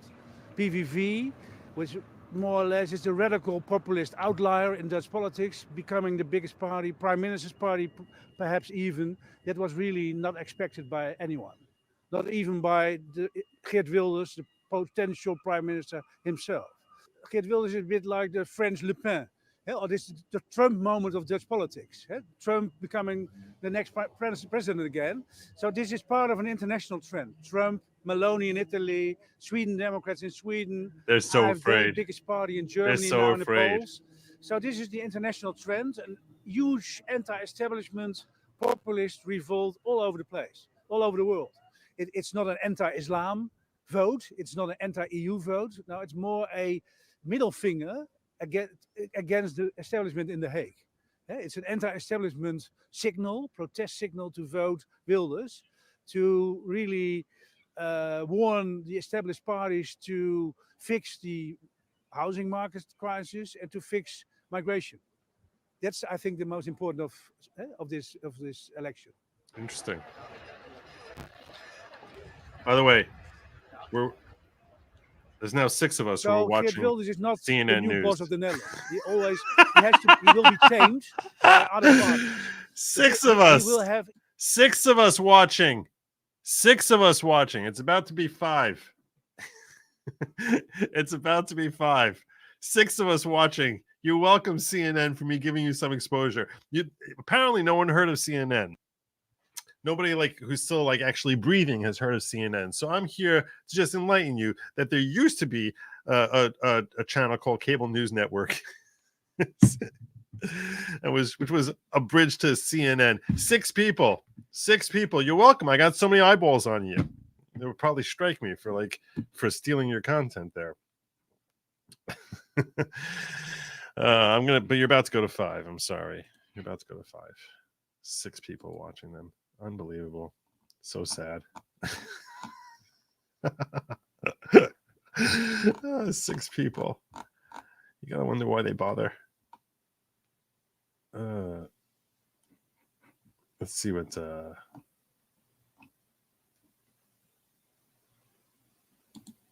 we'll get one more here. Buckle up. But first, it's time for former Tory Minister Anne Widdecombe and a, well, right-wing might be a bit of an understatement, candidate known as the Dutch Donald Trump, who wants to ban mosques, has secured a huge election win that has sent shockwaves across Europe. Which, by the way, I don't think that's a fair characterization, because I don't think that Trump wants to ban mosques. It's like even when they're comparing him to Trump, it's basically they take people who are further right than Trump and calling them the Argentinian Trump, the Dutch Trump. They're way further. They're way further. I can't imagine Trump advocating for a market for human organs or banning mosques. Nor would I want him to be advocating for anything like that. I'd be very troubled by that. Geert Wilders celebrating his Freedom Party's historic victory in the Netherlands last night. But a very pleasant result, of course. By far the largest party in the Dutch political establishment. So I'm very proud. At the same time, it comes with a lot of responsibility. People expect our agenda of hope, tougher asylum and immigration policy, people getting more money to pay for their utilities and groceries. Well, I mean, the fact is the Dutch voted for him, but Wilders' politics are causing outrage beyond Holland, with his party's manifesto calling for a ban on Islamic schools, Qurans, and mosques. He's also the man who, back in 2017, referred to, and, this is highly offensive, Dutch Moroccans as, quotes, scum. Well, now it goes without saying these policies are far more extreme than I might be comfortable voting for. But, Anne, should we really be surprised by the Dutch election results, considering, what we're seeing across Europe, maybe with growing immigration, legal and illegal? Your thoughts? Your thoughts? Well, I think that once you extend tolerance... All right. What I love about this woman's voice is this is what I sound like when I'm trying to do an old woman's voice. So it makes me feel encouraged that I should do that more often. A point where you just accept anything, then inevitably you end up in the end with a reaction of intolerance. And this is a very, very intolerant agenda, and one which sits very oddly in the EU. So I'm going to be interested to watch that. Now, of course, we've already had the French for many, many years now, preventing the jihad. Sorry, not the jihad, what am I talking about? Preventing the hijab being worn in public, preventing the burqa being worn, the full burqa. Now, they have done that for a long time. This is going hugely far. It is effectively saying to people, you can't practice your religion. And that I cannot see as being consistent with any sort of human rights at all. I don't really see how he does that. I can see maybe Islamic schools, because I can, you maybe would do some kind of blanket thing on religious schools. I mean, I still think that's difficult, by the way. But I mean, yeah, Robin Williams didn't really kill himself. He became Anne Widdecombe. The Quran, it's a religious book, and it's, I imagine, everywhere. I must say I do feel uncomfortable about the idea of banning mosques, because then I think about, or just think exactly about how I would feel if someone wants to ban churches. I think you can't. I don't know if in practice he's going to be able to do it, but he's probably going to give it a go. And could this be the end of the EU? Oh, I don't think it's going to be the end of the EU. I don't see anything as dramatic as that, but I certainly think it will promote enormous tensions within the EU. After all, this is a democratically elected government taking a line that I don't think anybody else is going to agree with when it goes that far. As you rightly say, banning Qurans is like trying to ban the Bible. And even in Muslim countries, if you have your Bible in private, there isn't an issue about it. So it's going too far. I think he knows that it's going too far, but what he is doing is saying, time to fight back. That's effectively what he's saying. Yeah, and amazingly as well, a lot of younger people voted for him as well, which I think says a lot. And for a lot of people out there complaining about this guy now, I think they maybe have to look themselves in the mirror and wonder whether or not some of the decisions and policies that they've put forward have actually created this situation. But oh, wow! Someone who's actually awake and saying, why are we getting this? Why is this happening? Why do we get someone who's that radical kicking in there? Yeah, you know why? Because you basically kept spitting on what the will of the people actually was and pushing things further and further and further and further and further left. That's what ends up happening. That's what ends up happening. We're talking a bit about the EU there, because a scientific study published by a Remain voting academic at the University of Bath was found to discover that the lower your cognitive ability... Oh, of course. The elitists have figured out what the problem is. They figure out what the problem is. Not enough people are educated the way we are. We need more educated people. The more likely you were to vote for Brexit. It's not cognitive ability. The less stuffed your head was filled up with useless education. This is a mistake that the elitists always make. They always assume that education is somehow consistent with intellect, which is rarely the case. Usually quite the contrary. What I've found far too often is that people who have very middling level intellect spend a great deal of time in education for the purpose of establishing that they're actually rather intelligent. Which basically says clever people voted Remain and thick people voted Leave. Anne, your views? To be fair, and I don't really feel very fair to him, but to be fair, if you look at the detail, it is said that there is no causal flow. That is to say that being thick doesn't, make you vote Brexit. But it is the most extraordinary document. I mean, we can all think, of academics, very, very clever people who voted to leave. It is a bit of a nonsense, but it's very, very typical of Remain propaganda. They still can't face one very simple fact. They lost. Yeah. There you go. Initially, it was you believed a lie that was funded by Russia, all of this stuff. And man, those Russians, they're controlling every election. They're controlling every freaking election. My God. It must be great to be Russia and control all these elections. It's a shame that we never try to control any elections anywhere. You would think that America would start trying to do that. America should start trying. Oh, wait. Oh.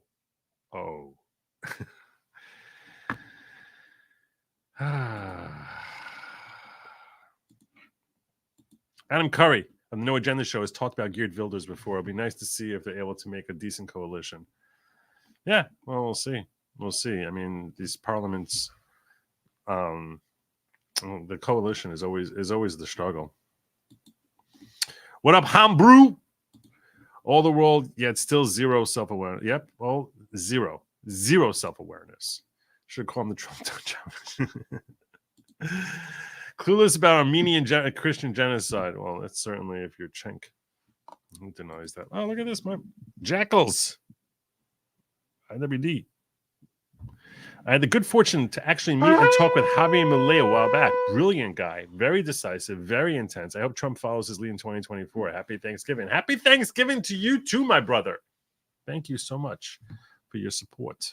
I appreciate that. Riverton, here's what we'll do. We'll just call everyone who votes against us stupid. That's the plan. That's the plan.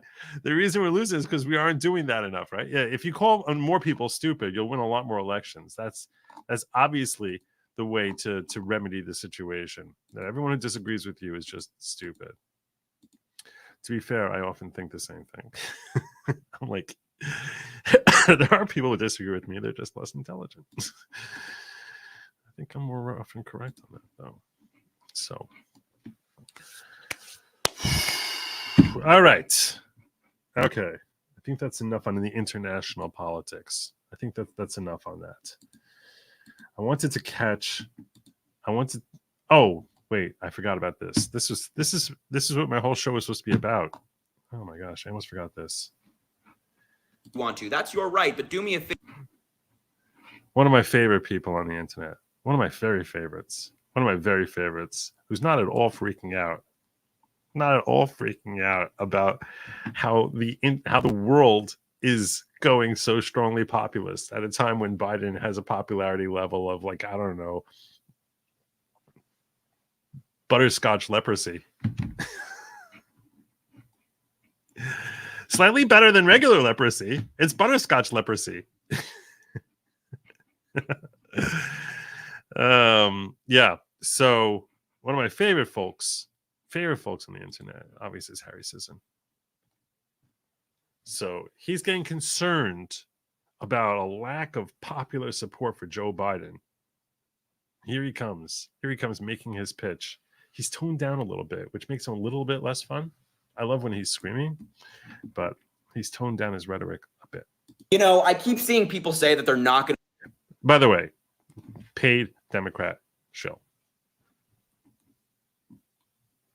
That's everything I've seen on him, is that he's a paid Democrat show. No, he denies it, but yeah, paid. Literally, like they have a PR, and the PR firm that they hires him. Like the DNC has a PR team, and that team hires him. So he's not paid directly by the DNC. But that's all the reports I've heard about him. But let's hear his take about why it is that we need to support Biden. No fear politics here at all. No fear porn.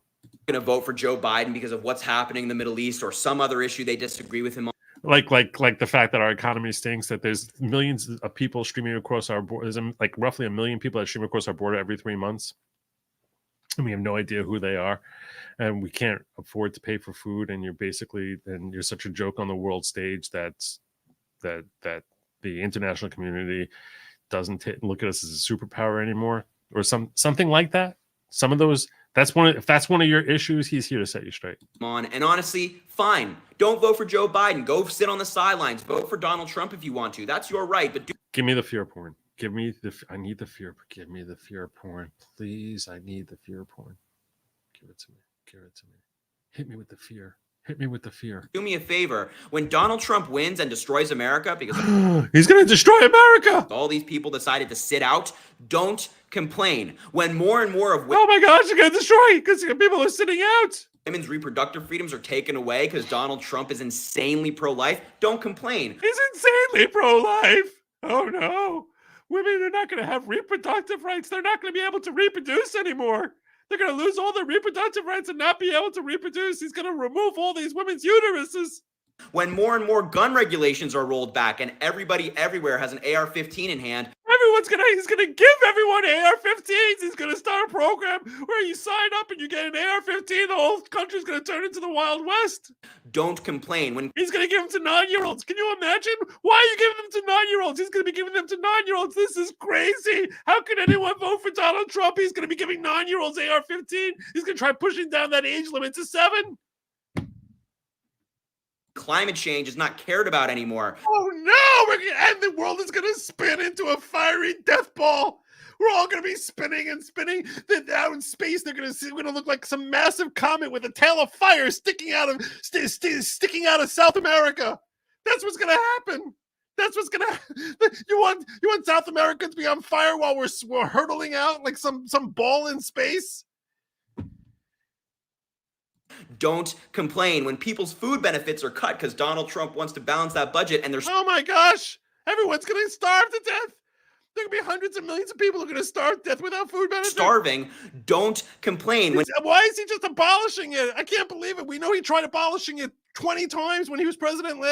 Well, he wanted to. He thought about it so many times. He almost did it in his brain, in his heart, in his mind. He totally almost did it. last time. He's going to happen for sure this time. Immigrants are being rounded up in camps and getting deported in. Remember the immigrants, all the Asians that he put in camps? And he said, oh, yeah, we're going to have to just like shove them all into camps over here. And then he took the Jews and put them in those camps and put Muslims in those camps and put the Irish people in those. Oh, they're white people. They put the Spanish people in those other camps. We're all going to be rounded into camps again. I can't believe it. Massive numbers. Don't complain. When Donald Trump reinstates his Muslim ban, which he's been talking about, don't. When he gives us the same Muslim ban that we had under Barack Obama. Oh wait, when he burns all the Qurans, what are we gonna do? Complain when Israel and Palestine gets worse because Donald Trump doesn't care what happens. He doesn't care what happens. He doesn't care what happens. All those peace treaties that he signed were all fake. Everyone knows they're not worth the paper that they're written on. It's not nearly the same safe place in the Middle East today that it was like 2 years ago. Are you kidding me? Are you kidding me? It's so much safer in the Middle East now than it was because he doesn't care. He doesn't care. It was like a wildfire when he was there. Now it's this safe. It's this hotbed of safety in Israel right now. He's just going to let it burn. All that safety that's going on in the Middle East right now, that's just going to be ended once Donald Trump comes in. Don't complain when Trump stays in office for the rest of his life because he doesn't care about. He's going to live to 140.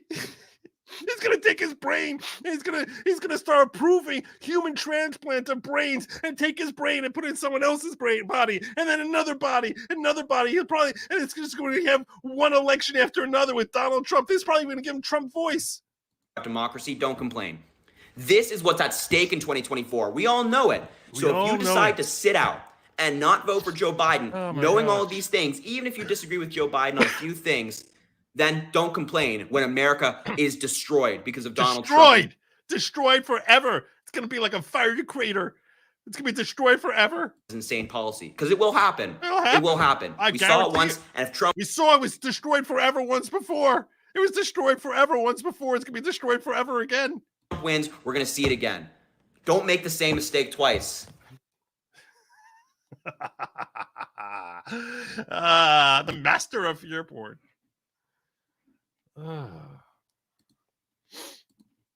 It's got his roses all stirred up. He is threatening you a good time. A good time. Indeed he is. Indeed he is. Oh, let me check out, make sure I didn't miss anything over here. I did. Trigger said, Happy Thanksgiving. Happy Thanksgiving to you, Trig. Happy Thanksgiving to you. Thank you so much. I appreciate that. That's over on Locals, which is at goodlogic.locals.com. That's where you need to be. Goodlogic.locals.com. Last night, I was not here. I overslept. I took a nap in the evening, and I planned on waking up like at 9, and I woke up like at 11. So I was like, I felt terrible. I felt like really badly about it. But there was nothing I was going to be able to do at that point. So no one knew why or what happened unless they were in Locals, which is where I said, hey, I'm sorry, I overslept. So I had one person who was really mad at me about it. They're like, don't you start going all Nick on us. You're not as big as him. He was really mad. And a little bit hostile. Not gonna kid you. A little bit hostile about the fact that I missed my show last night. And I took it as a compliment. I really did. I took it as a compliment. I took the level of hostility as a compliment because I was like, all right, look, obviously it's important to him that I work. So that's a lot better. That's a very big compliment. That's a lot better than if you didn't care. So, all right, let me get back to the last thing I wanted to cover, which was Tucker. This is 30 minutes, 11:38. Can I play this fast? I haven't heard this speech yet. I don't know if it's any good or not. Is it any good? What do you guys recommend? He gave a speech. I'm going to take a quick question of you guys here, okay? I'm not even making a poll, okay? I'm just going to do a little visual. I'm choosing now. There's two 30-minute speeches. One by Tucker. One of them is a speech they gave just 2 days ago called Always Trust Your Gut. And the other is he reposted his interview of Argentina's president, Javier Milei, that he had done back in September. So my question for you is, if you want, number one, the speech that he gave a couple days ago, want me to review that and watch that with you, Put a 1. If you want me to watch his speech with his interview of Javier Milei, give me a 2.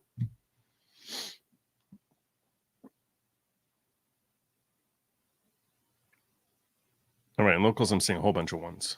Let's see what we're seeing over in. Let's see what I'm seeing over here. I think it's mostly 1s. Mostly 1s. All right. Let me check locals. What do you got? What do you got for me in locals? La, la, la, la, la, la. All right. Locals decides it. Locals says 1. Let's do it.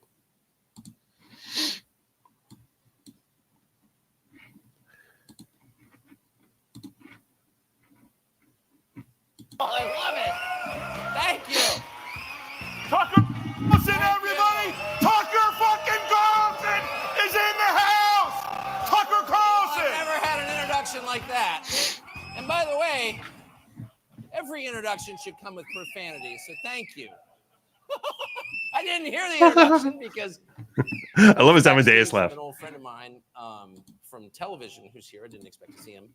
And he's probably the greatest financial analyst on television. And so I said to him, jokingly, since he deals with markets and, real companies, I said, "What?" There he is right there. I said, "Is it crazy to bury gold in my yard?" He looked me right in the face. He goes, "No, it's not crazy at all." And that kind of and by the way, I'm not giving investment advice. I'm the last person. You would never take investment advice from someone who's never had an actual job. Don't buy real estate from a homeless person, et cetera, et cetera. Don't hire a fat person as your trainer. So I'm not doing that. I'm right. But I'm only saying that to highlight what everyone in this room already knows, which is that it's really a volatile moment. I flew out here across the country this morning and spent 5 hours texting people, mostly people I know, but also the entire mentally ill community in America has my text, so a lot of crazies too. But also a lot of people I really like and who are smart and temperate and reasonable people who've been around, who are my age, I'm 54, kind of seeing stuff and have measured opinions on things. And I got to tell you, every single person I texted with the exception of my wife, who's not on the internet at all, was angry and paranoid. Seriously. And these are not crazy people. These are normal, good people with kids and stuff, with a vested interest in America's success. These are not the burn it down caucus. These are the people you want voting. And they were all angry and paranoid. Every single one of them. Some of them really angry and some of them really paranoid.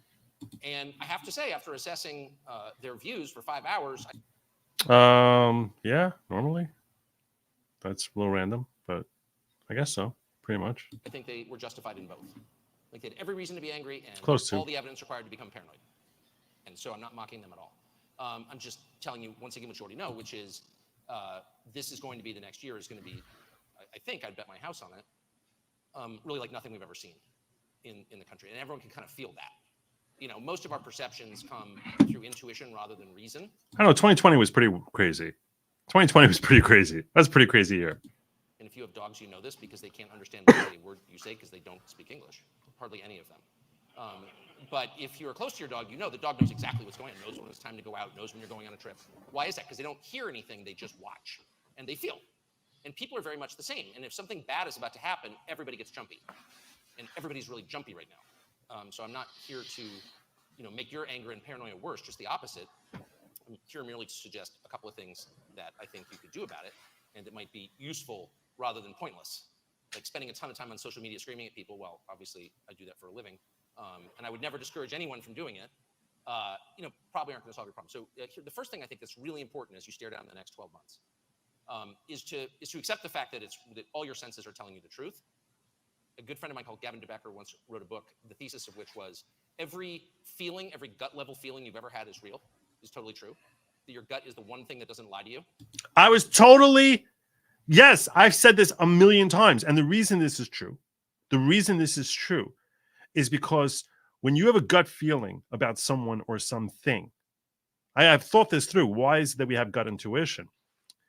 Your gut is actually, you'll see someone say something, make an expression or a look or something like that. And your brain will flash back. Your brain is flooded with so many memories of experiences that are both positive and negative, that when someone mirrors something from your brain that you've seen before, your brain will instantly flash back to that. for like a millisecond, and you won't even be cognizant of what your brain is remembering. But that same thing, positive or negative, is something that you've seen before and had a positive or negative association with it. So when you have a gut reaction, I'm not talking about stupidity when people say, oh, I'm feeling like 7 is going to come up over next. That's not gut. That's hope. That's hope. And there's a difference between gut and hope. So that's not the same thing as like when you're playing roulette on something. But when you're trying to assess something based on what you're seeing, you see something now and you're trying to assess it. Is this a truthful person? Is this a liar? Is this someone I can trust? Is this someone who's untrustworthy? All these things, there are reasons that you are having that flashback. And usually your gut is, I don't remember the incident that happened that I'm flashing back to. I don't remember which specific incident. I just remember it's positive or negative, because the positive or negative element to it is what is much more lasting. So your gut is not something that's just random. It's actually subconscious experience talking to you and saying, this is something I need to stay away from. This is something that's a positive thing. That's essentially what your gut is. Now, sometimes we'll sort of lie to ourselves about what our gut is actually saying, because it's more expedient to lie to ourselves about it, or ignore our gut if it's telling us something that our heart is telling us something else. But when you ignore your gut, it's at your own peril. It's at your own peril, because you're basically 9 times out of 10, you're ignoring your own experience. And experience is the greatest teacher. Your gut only has your interest in mind. It is not trying to sell you a product or convince you to vote for it. It's acting solely on your behalf. So if you get a very strong message from your viscera, from your intuition, obey it. Take it very seriously. As I always tell my children, if you're talking to somebody and the person seems creepy, he's creepy. It doesn't mean you can convict him in a court of law for creepiness, though maybe you should try. But you don't need to. All you need to know is that what your senses are telling you is absolutely true. This person's creepy. If you feel deception, you're being lied to, period. Now, you may not know how you're being lied to or why you're being lied to, much less what the truth is. You probably don't. I most of the time have no idea. But if you feel you're being lied to, you're 100% right. You are being lied to.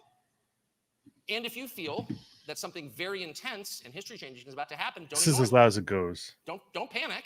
There's no profit in that. You can't control it. You're not in charge of history. No offense. None of us is. But that is absolutely real. So, I mean, just ask yourself, just on the merits of the facts. You've got the 2 frontrunners just for president, just in this country, and there are, by the way, 150 other countries where there's similar volatility unfolding, certainly in every Western country, but just in our country. You've got 2 people running for president. One of them is literally senile. I'm not attacking the guy, but that's true. Maybe not fully aware that he's president. The White House is being run by a cartel of people for whatever ends. We have no visibility into that. We don't know what the plan is. We know the guy they claim is running it is not running it. So that's grotesque. And by the way, no one ever mentions it. People snicker at Joe Biden. I try not to, because I feel bad for him, because I don't believe in making fun of old people or the disabled. I'm serious. I really don't. I feel guilty every time I say it, including now. But it's just true. He's not running the country. And yet he's standing for re-election at the age of 80. Okay? Opposing him is a man who has been indicted 4 times and is facing life in prison. Life in prison. And every time he gets indicted and every time they tack years on to the sentence, this potential sentence, he becomes more popular, and now he's winning. So I love it. Amen. But it tells you a couple of things. One, the side that's indicting him doesn't want him to be president so badly that they are willing to indict him on what are transparently ridiculous charges. Okay? And 2, the public is not only not buying it, it is incentivizing them to support him. Indict him again. Arrest him again. March him out to the gallows. He'll become king. So it's literally counterproductive. So what does that tell you? It tells you that the people currently in charge have no idea how the country works, what the country. And they're desperate. It's true. And that, by the way, that's an interesting point. This is obviously the same cartel that's running the country is also has their fingers into like how to like, take care of things on more localized level and creating a direction. And they have absolutely no clue as to the impact of what they're doing. And they're making decisions about our policies as to what we're supposed to do. And they don't understand cause and effect. They have zero comprehension of the zeitgeist of the nation. Country wants and they don't care. They don't understand human nature. They're desperate and they'll do literally anything. And he's winning. So how does that resolve itself? I mean, I could give you 1,000 potential scenarios. I personally think the governor of California will get in. I have no evidence whatsoever that that's true, other than he's the single most ruthless and evil person I've ever seen in politics. Therefore, he has to come to the top of that party. But I don't know that. I don't know that. All I know for a fact is that this can't be resolved in an orderly way. And it won't be, period. So how do you respond to that? Obviously, bury gold in your yard. It's Charles approved. But what else can you do? Well, the first thing you need to do is... I would love to boost his volume. This is the loudest it gets. Let me see if I can find his speech elsewhere. But this is him. This is what he shared on Twitter. And I'm at maximum volume. See? Max volume. And when I already have my myself boosted as loud as it can get on Chrome. Let me see if I can get his. Let me see if I can pull this up, because you're not the first to complain about it. You're the first to super chat about it, but.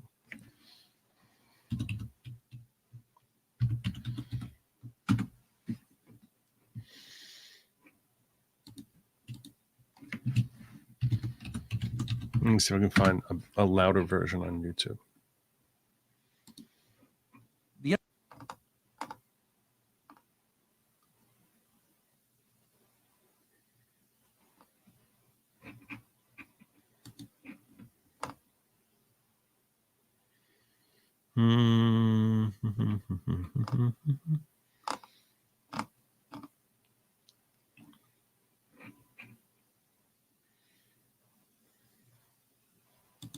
That's weird.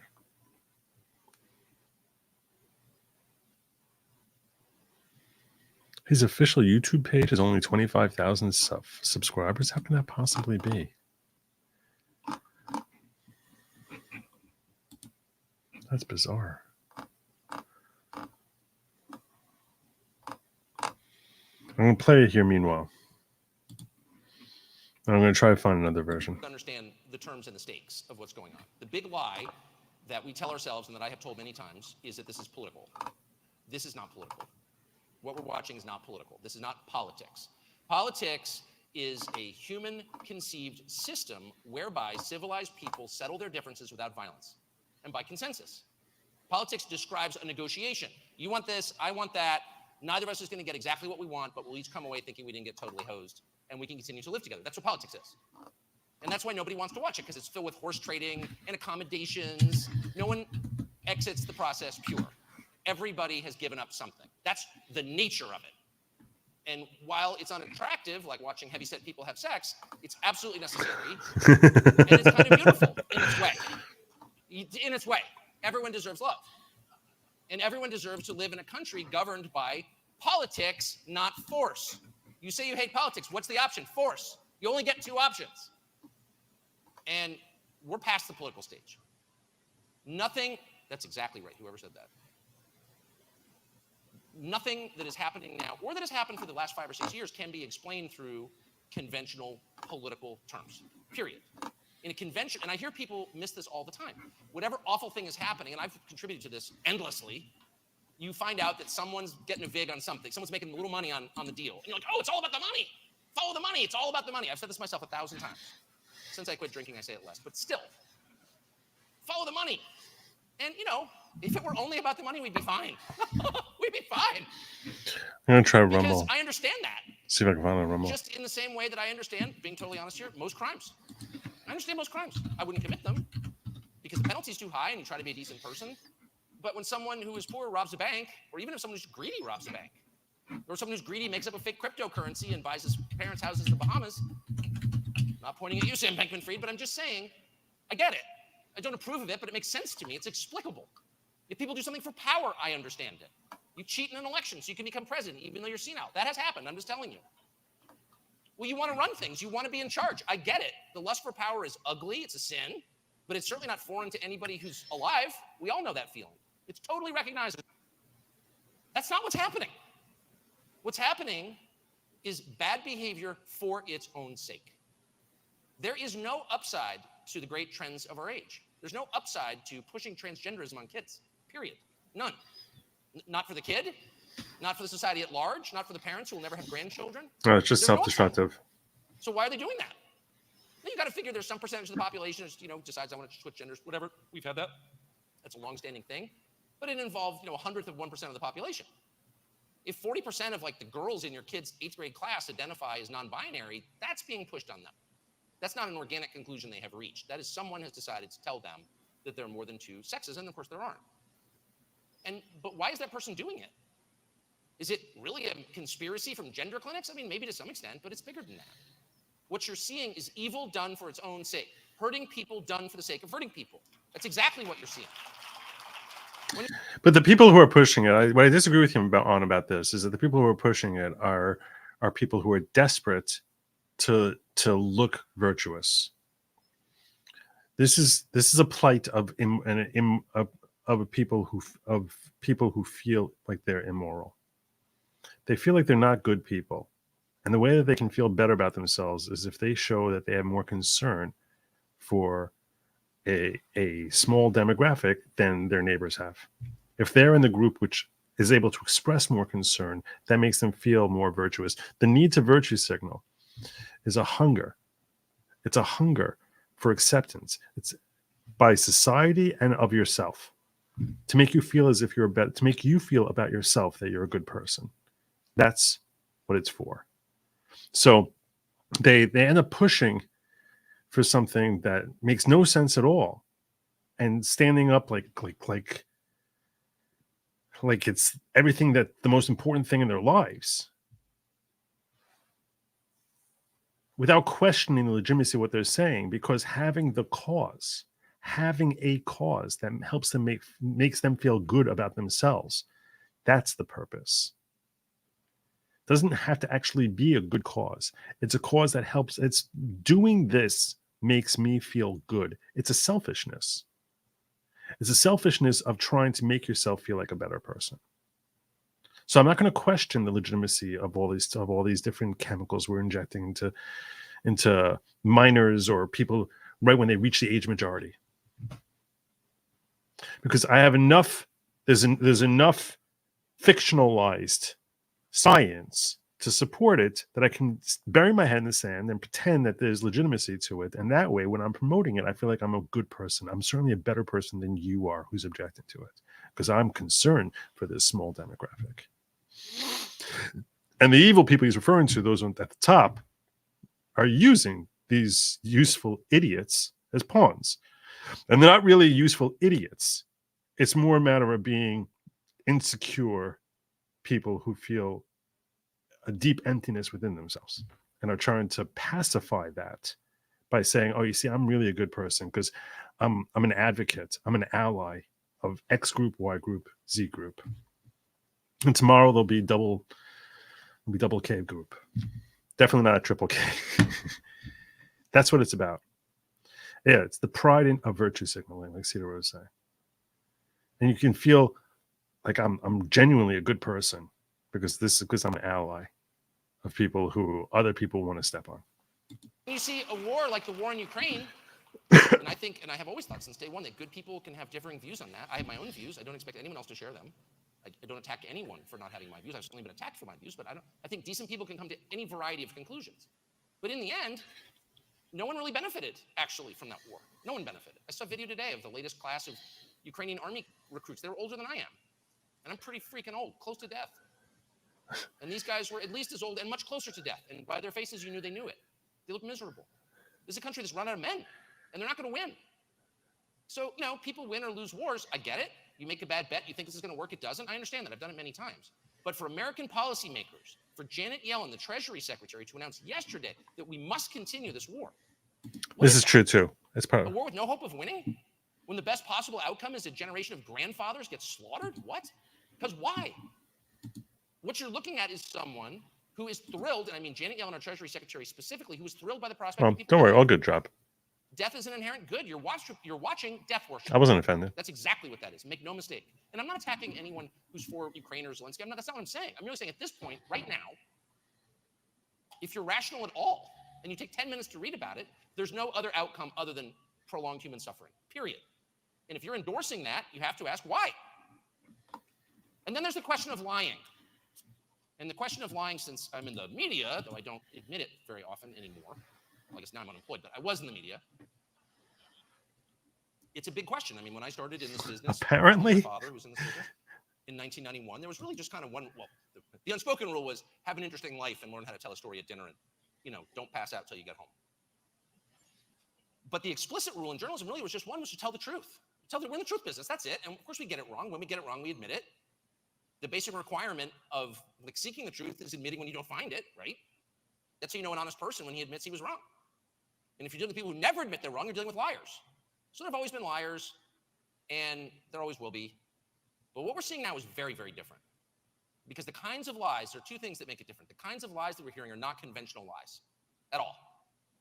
They're the inversion of the truth. They're the exact opposite. They're the mirror image of what is true. And anyone who has kids knows exactly what I'm talking about. All kids lie. This is how you know it's inherent to the human condition. All kids lie. Even your beloved little Dylan, he lies, okay? But they lie in a very specific way. So you come down for breakfast, you open the cabinet, and half the Oreos are gone. And you say, Dylan, did you eat an Oreo? And he's like, oh, no. You ate an Oreo, didn't you? Yeah, just one. Dylan, there are 12 Oreos gone. Well, maybe 2. You get it. He's lying. He knows he's lying. He's ashamed of what he did. He's trying to hide it. You caught him. He's doubly ashamed. You caught him. And so he's trying to hedge a little bit. Well, it's not as bad as you think. It's not that bad. A person only ate 2 and didn't eat 12. And instead of, smacking him and saying, you get it, right? If Dylan worked in the Biden administration, he would stare right in your eyes and smile and say, I didn't eat any Oreos. You did. You ate the Oreos. You ate the Oreos. And he would be so calm and unperturbed and so certain of your guilt that in your mind you would think, shit, did I eat the Oreos? Maybe I did. Maybe I sleptwalked. Because we're not used to dealing with people who can lie without guilt. That's why the polygraph works. And everyone lies about the polygraph. Irony of ironies, they lie about the lie detector test. They're like, oh, it's not admissible in court. It doesn't work. Oh, it certainly does work.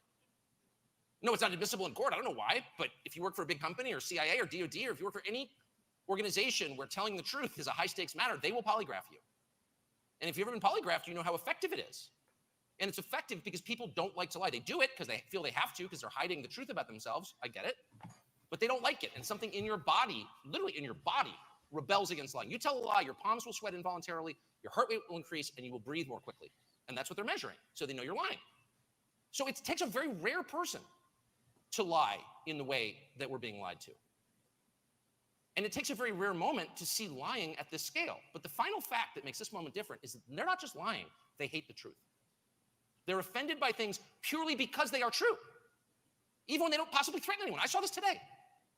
Somebody sent me a piece. There's a group called Media Matters, which is it's a censorship organization funded by Soros and a lot of other people who hate Western civilization, designed to prohibit people from saying certain things. Well, the things that they're prohibiting people from saying are 100% true, and that's why they're prohibiting it.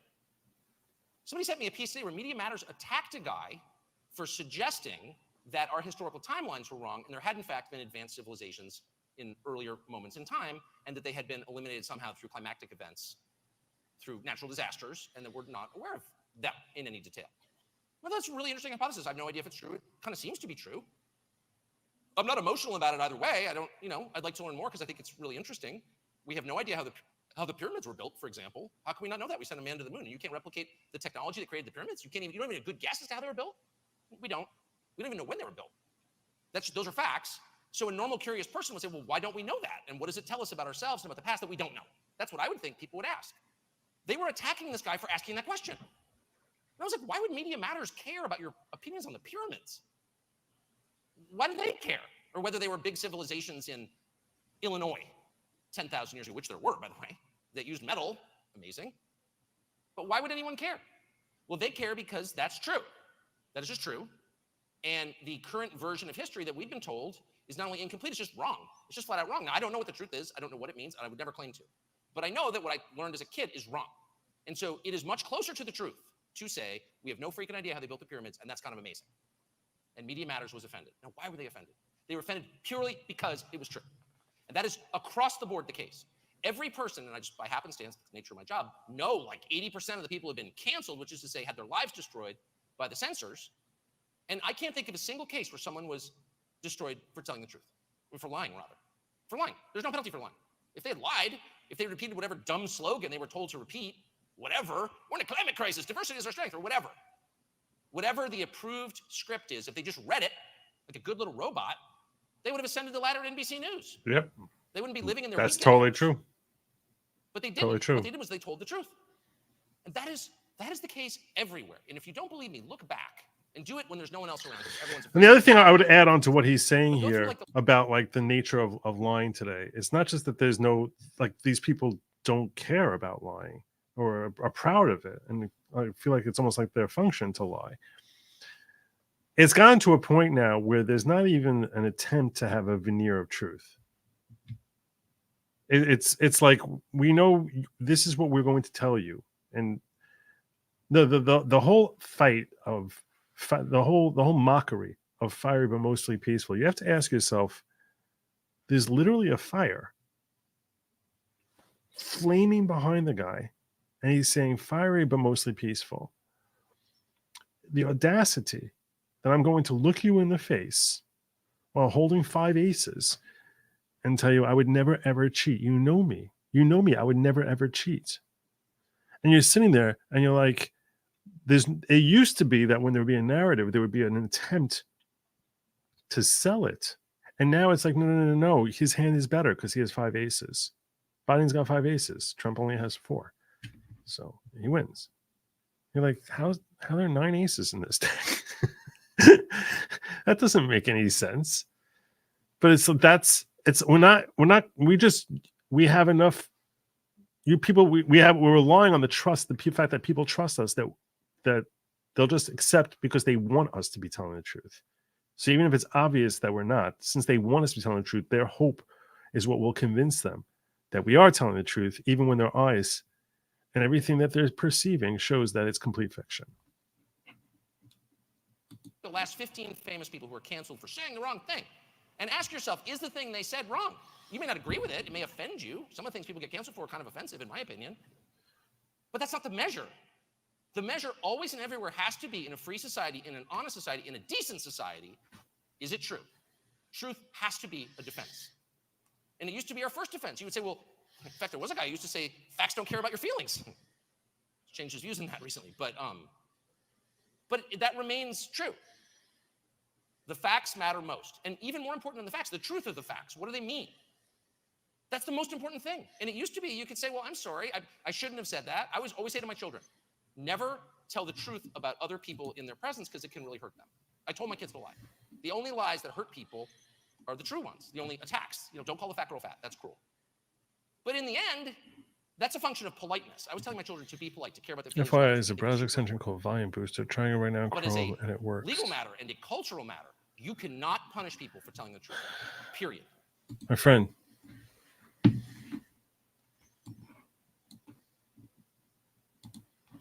That's what I have going on right here, right now, already.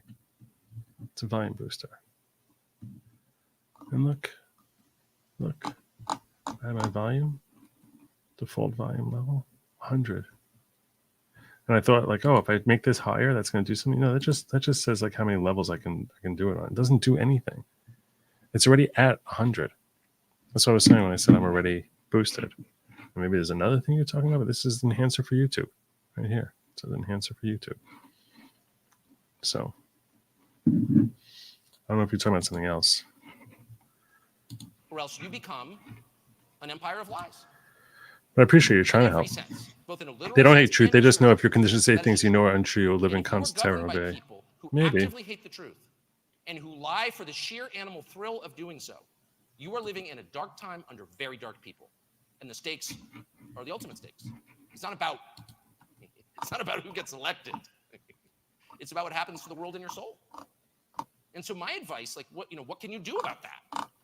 It's a very action-oriented, practical country. So people are always like, well, what can you do? I have no freaking idea what you can do. Write your congressman, he's not going to read your letter. Go to your school board meeting, you're going to get arrested. I think you should do it anyway. I think you should tell the truth anyway. I think the only way to stay alive and fully human in a moment like this is to resolve that you are going to tell the truth in every and all circumstances. If you can't say it out loud, stay silent. It's going to hurt the feelings of someone you love. That's an absolutely justifiable reason to be quiet. But in every other circumstance, whether you're standing in carpool line with all the fashionable ladies in your neighborhood at the stupid private school, no offense, I sent my kids to one too, I hate them. Or whether you're at a dinner party or whether your wife's friends are over in their Soul Cycle outfits talking about something and you disagree, there's a way to do it. You can be gentle, you can be empathetic, and you always should be. But you should never allow yourself to repeat anything that you know is not true. That will destroy you. That is the mark, not of a free man or a citizen, but of a slave. It is. That is the difference between freedom and slavery, is the right to say what you actually think. That is the line. And anyone who is trying to force you to lie is A, your enemy, and B, believes that you are subhuman. Because that's not the way you treat adults. By definition, you have to deal with adults. They may have different views, different interests, different goals, and you have to contend with them through the aforementioned process of politics, through negotiations. I want this, you want that. Let me convince you. You are not allowed to say to a free adult citizen, shut up, you must do this. Under no circumstances can you do that. You can't do that in the middle of a pandemic. You can't do that in the middle of a war. You can't do that under any circumstances, or else you are no longer a citizen, you are a slave. And worse than that, you have degraded yourself. And that's the real cost. Clearly, the people who run things see the rest of us as slaves. That's obvious to me. I can't imagine how it could be more obvious. It's crystal clear. They don't see consensus. They're not interested in the public's opinion. The overlap between the list of things that people care about in this country and the list of things that Congress and the White House actually do, there's none. There's no overlap at all. And by the way, this is not my opinion. This is Gallup public opinion polling. Go look at the last 10 Gallup polls on what Americans care about and compare those to the policy priorities of your government. They're not the same. They don't care what you think. They're not interested in what you think. It's publicly available information. They're not reading it because they don't want to, because it doesn't matter to them. They're in charge, you're not. So the truth is, it's very hard to fight that. I'm not exactly sure how, but I know that it begins with the strength inside you. If you are weak, you will never prevail. And that explains their determined effort to make you weak, by feeding you poisonous garbage, by trying to make you take medicine that is not at all medicine, by their insistence that you shut up and hate yourself, by their claim that your children are not your own. They have no interest in you having dignity. In fact, your dignity and strength is a threat to them. It's why they closed the gyms and kept the weed dispensaries open. That's why the churches were shut down, but the strip bars weren't. And I'm not attacking strip bars in Vegas. I'm merely saying, what is that? And of course, it's a determined, systematic effort to weaken the population. It's sad. That's what it is. To what they plan for us. Obviously, oh, you're a conspiracy nut. No, I just have lived here for the last 4 years. And that just could not be more obvious. And so I'm not calling for armed insurrection. I hope it doesn't get to that. I'm calling instead for a population that becomes stronger inside. And also outside. Physically stronger. I think that's worth it. But it's more than that. It's retaining your dignity and your self-respect. And by the way, when you allow people to lie to you without saying anything, when you're too afraid because of whatever and I've been there, I had 4 kids young, and I've been fired a bunch. You may have heard. Not the first time I've been fired at all. And I had to sell my house to get around out of money. I'm not, not doing the woe is me thing. I'm just saying, like, that happens. It's not the worst thing. It's fine, actually, as long as you're married to someone who can handle it. And if you're not, that's who can handle it. I think like his family fortune is supposed to be like $100 million, something like that. Like, he did not need to work. He's got like tons of money, supposedly, his family. It's probably your fault. You should try harder to explain it and rally the troops at home. But the point is, getting fired, being unpopular, maybe even getting arrested, those are not the worst things that can happen to you. The worst thing that can happen to you is becoming a slave inside. And I will quote the great Jimmy Cliff. I would rather be a free man in my grave than live as a puppet or a slave. And I think we should all want that. And it's not hard, actually. You don't need to like start a rebellion or order ammo on the internet, though you should. LuckyGunner.com. But no, it's much more fundamental than that. Don't let them take your dignity. And your dignity is rooted in your sense of self as a free person. I'm a free person. You may not do that to me. You don't have to shout. I'm not going to do that. And there's literally nothing you can do to make me do that. I don't want to be killed, but I'm willing to be, because I don't want to live like that. In fact, I won't, and I've already decided. And if you actually make that decision, and if you mean it, a couple of things will happen. The first thing that will happen is that your marriage will improve, especially if you're a man. No woman, and I know there are women, I don't have my glasses on, but I know there are women here. No woman wants to be married to a man who will take that kind of abuse. I'm sorry, it just doesn't. There's no woman who wants that. No, it's true. And most of them are pretty nice, and so they won't say anything about it. But their respect for you will diminish, and why wouldn't it? And the same with your children. Same with your children. So that's the first thing that's going to happen. And the second thing that happens is the more you tell the truth, the stronger you become, and you can feel the change happening inside.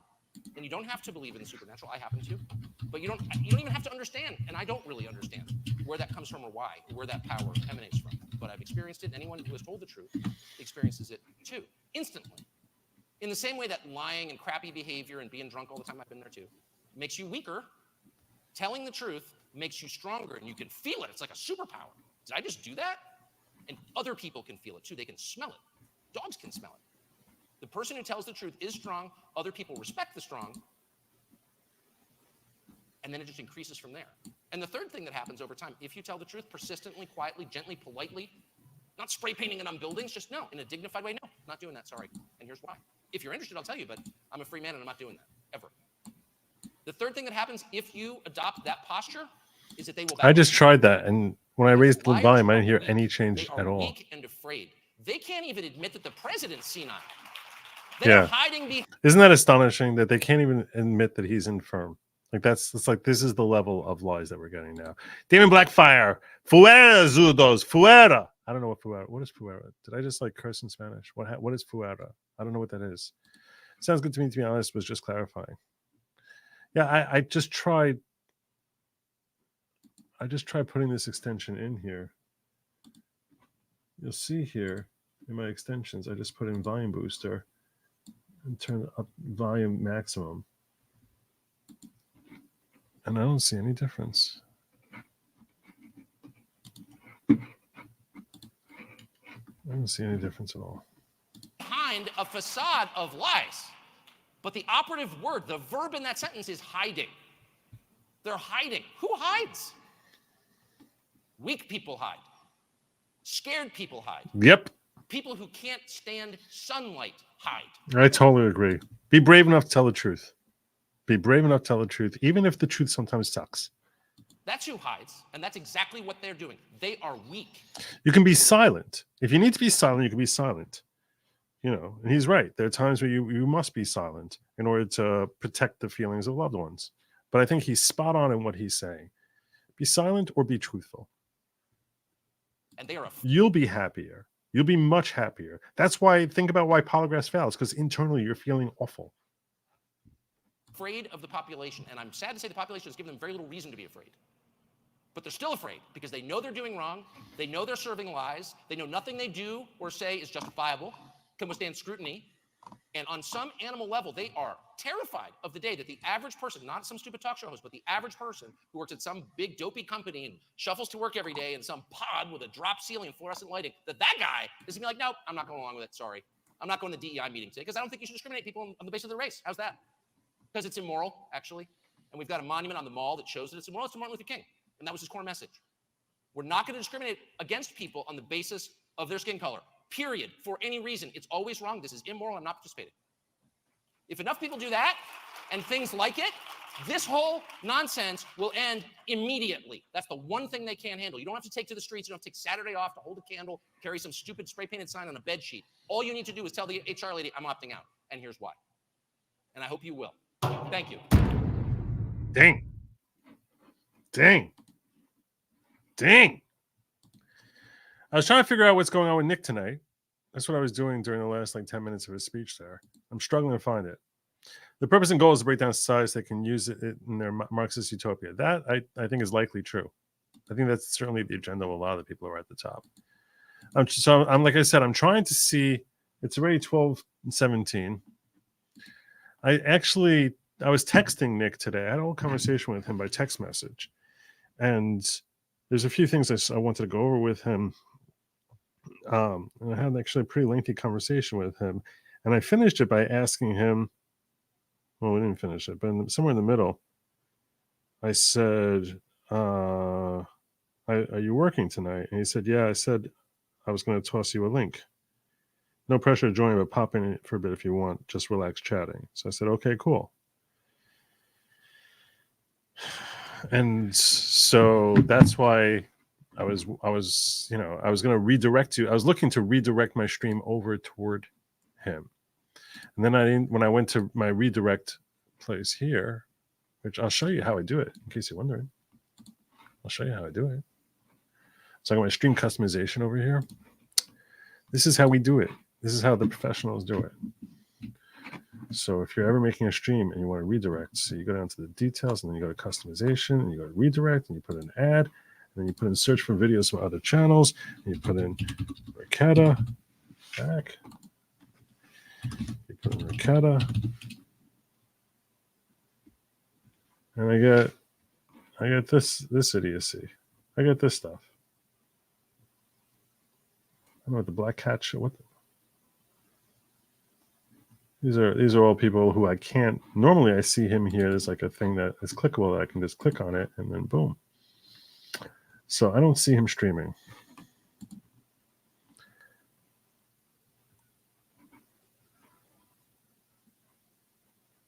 But anyway, I was going to send you over there, but it doesn't seem like that's going to happen. Anyhow,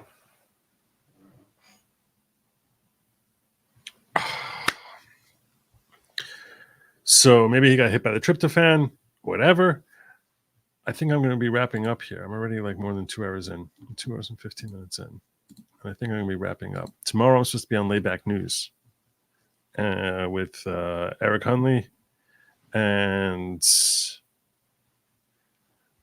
if I'm up early enough, I'll try to do locals. But I'm definitely not going to be doing it after Layback News. So it'll either happen like early in the morning. It's a small chance. Small chance. Very small. So don't get all hyped up over it. Don't get hyped up. Don't.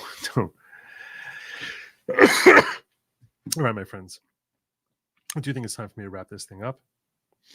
And I'm going to be landing my plane. I hope the rest of your Thanksgiving, if it's still Thanksgiving where you are, I hope the rest of your Thanksgiving goes phenomenally well. And I will wish you an excellent weekend, only good tidings, joy, personal growth. And yeah, be grateful, be thankful, and tell the truth. Those are two great qualities, phenomenal qualities, all too rare. And the weird thing about them is they make you feel happier. They seem like a challenge sometimes, but they just make you feel better about yourself. And with those words, I will wish you all a happy weekend. Tell you, be happy, eat the bugs. And as always, my friends, I say, Godspeed. Good Lord, local.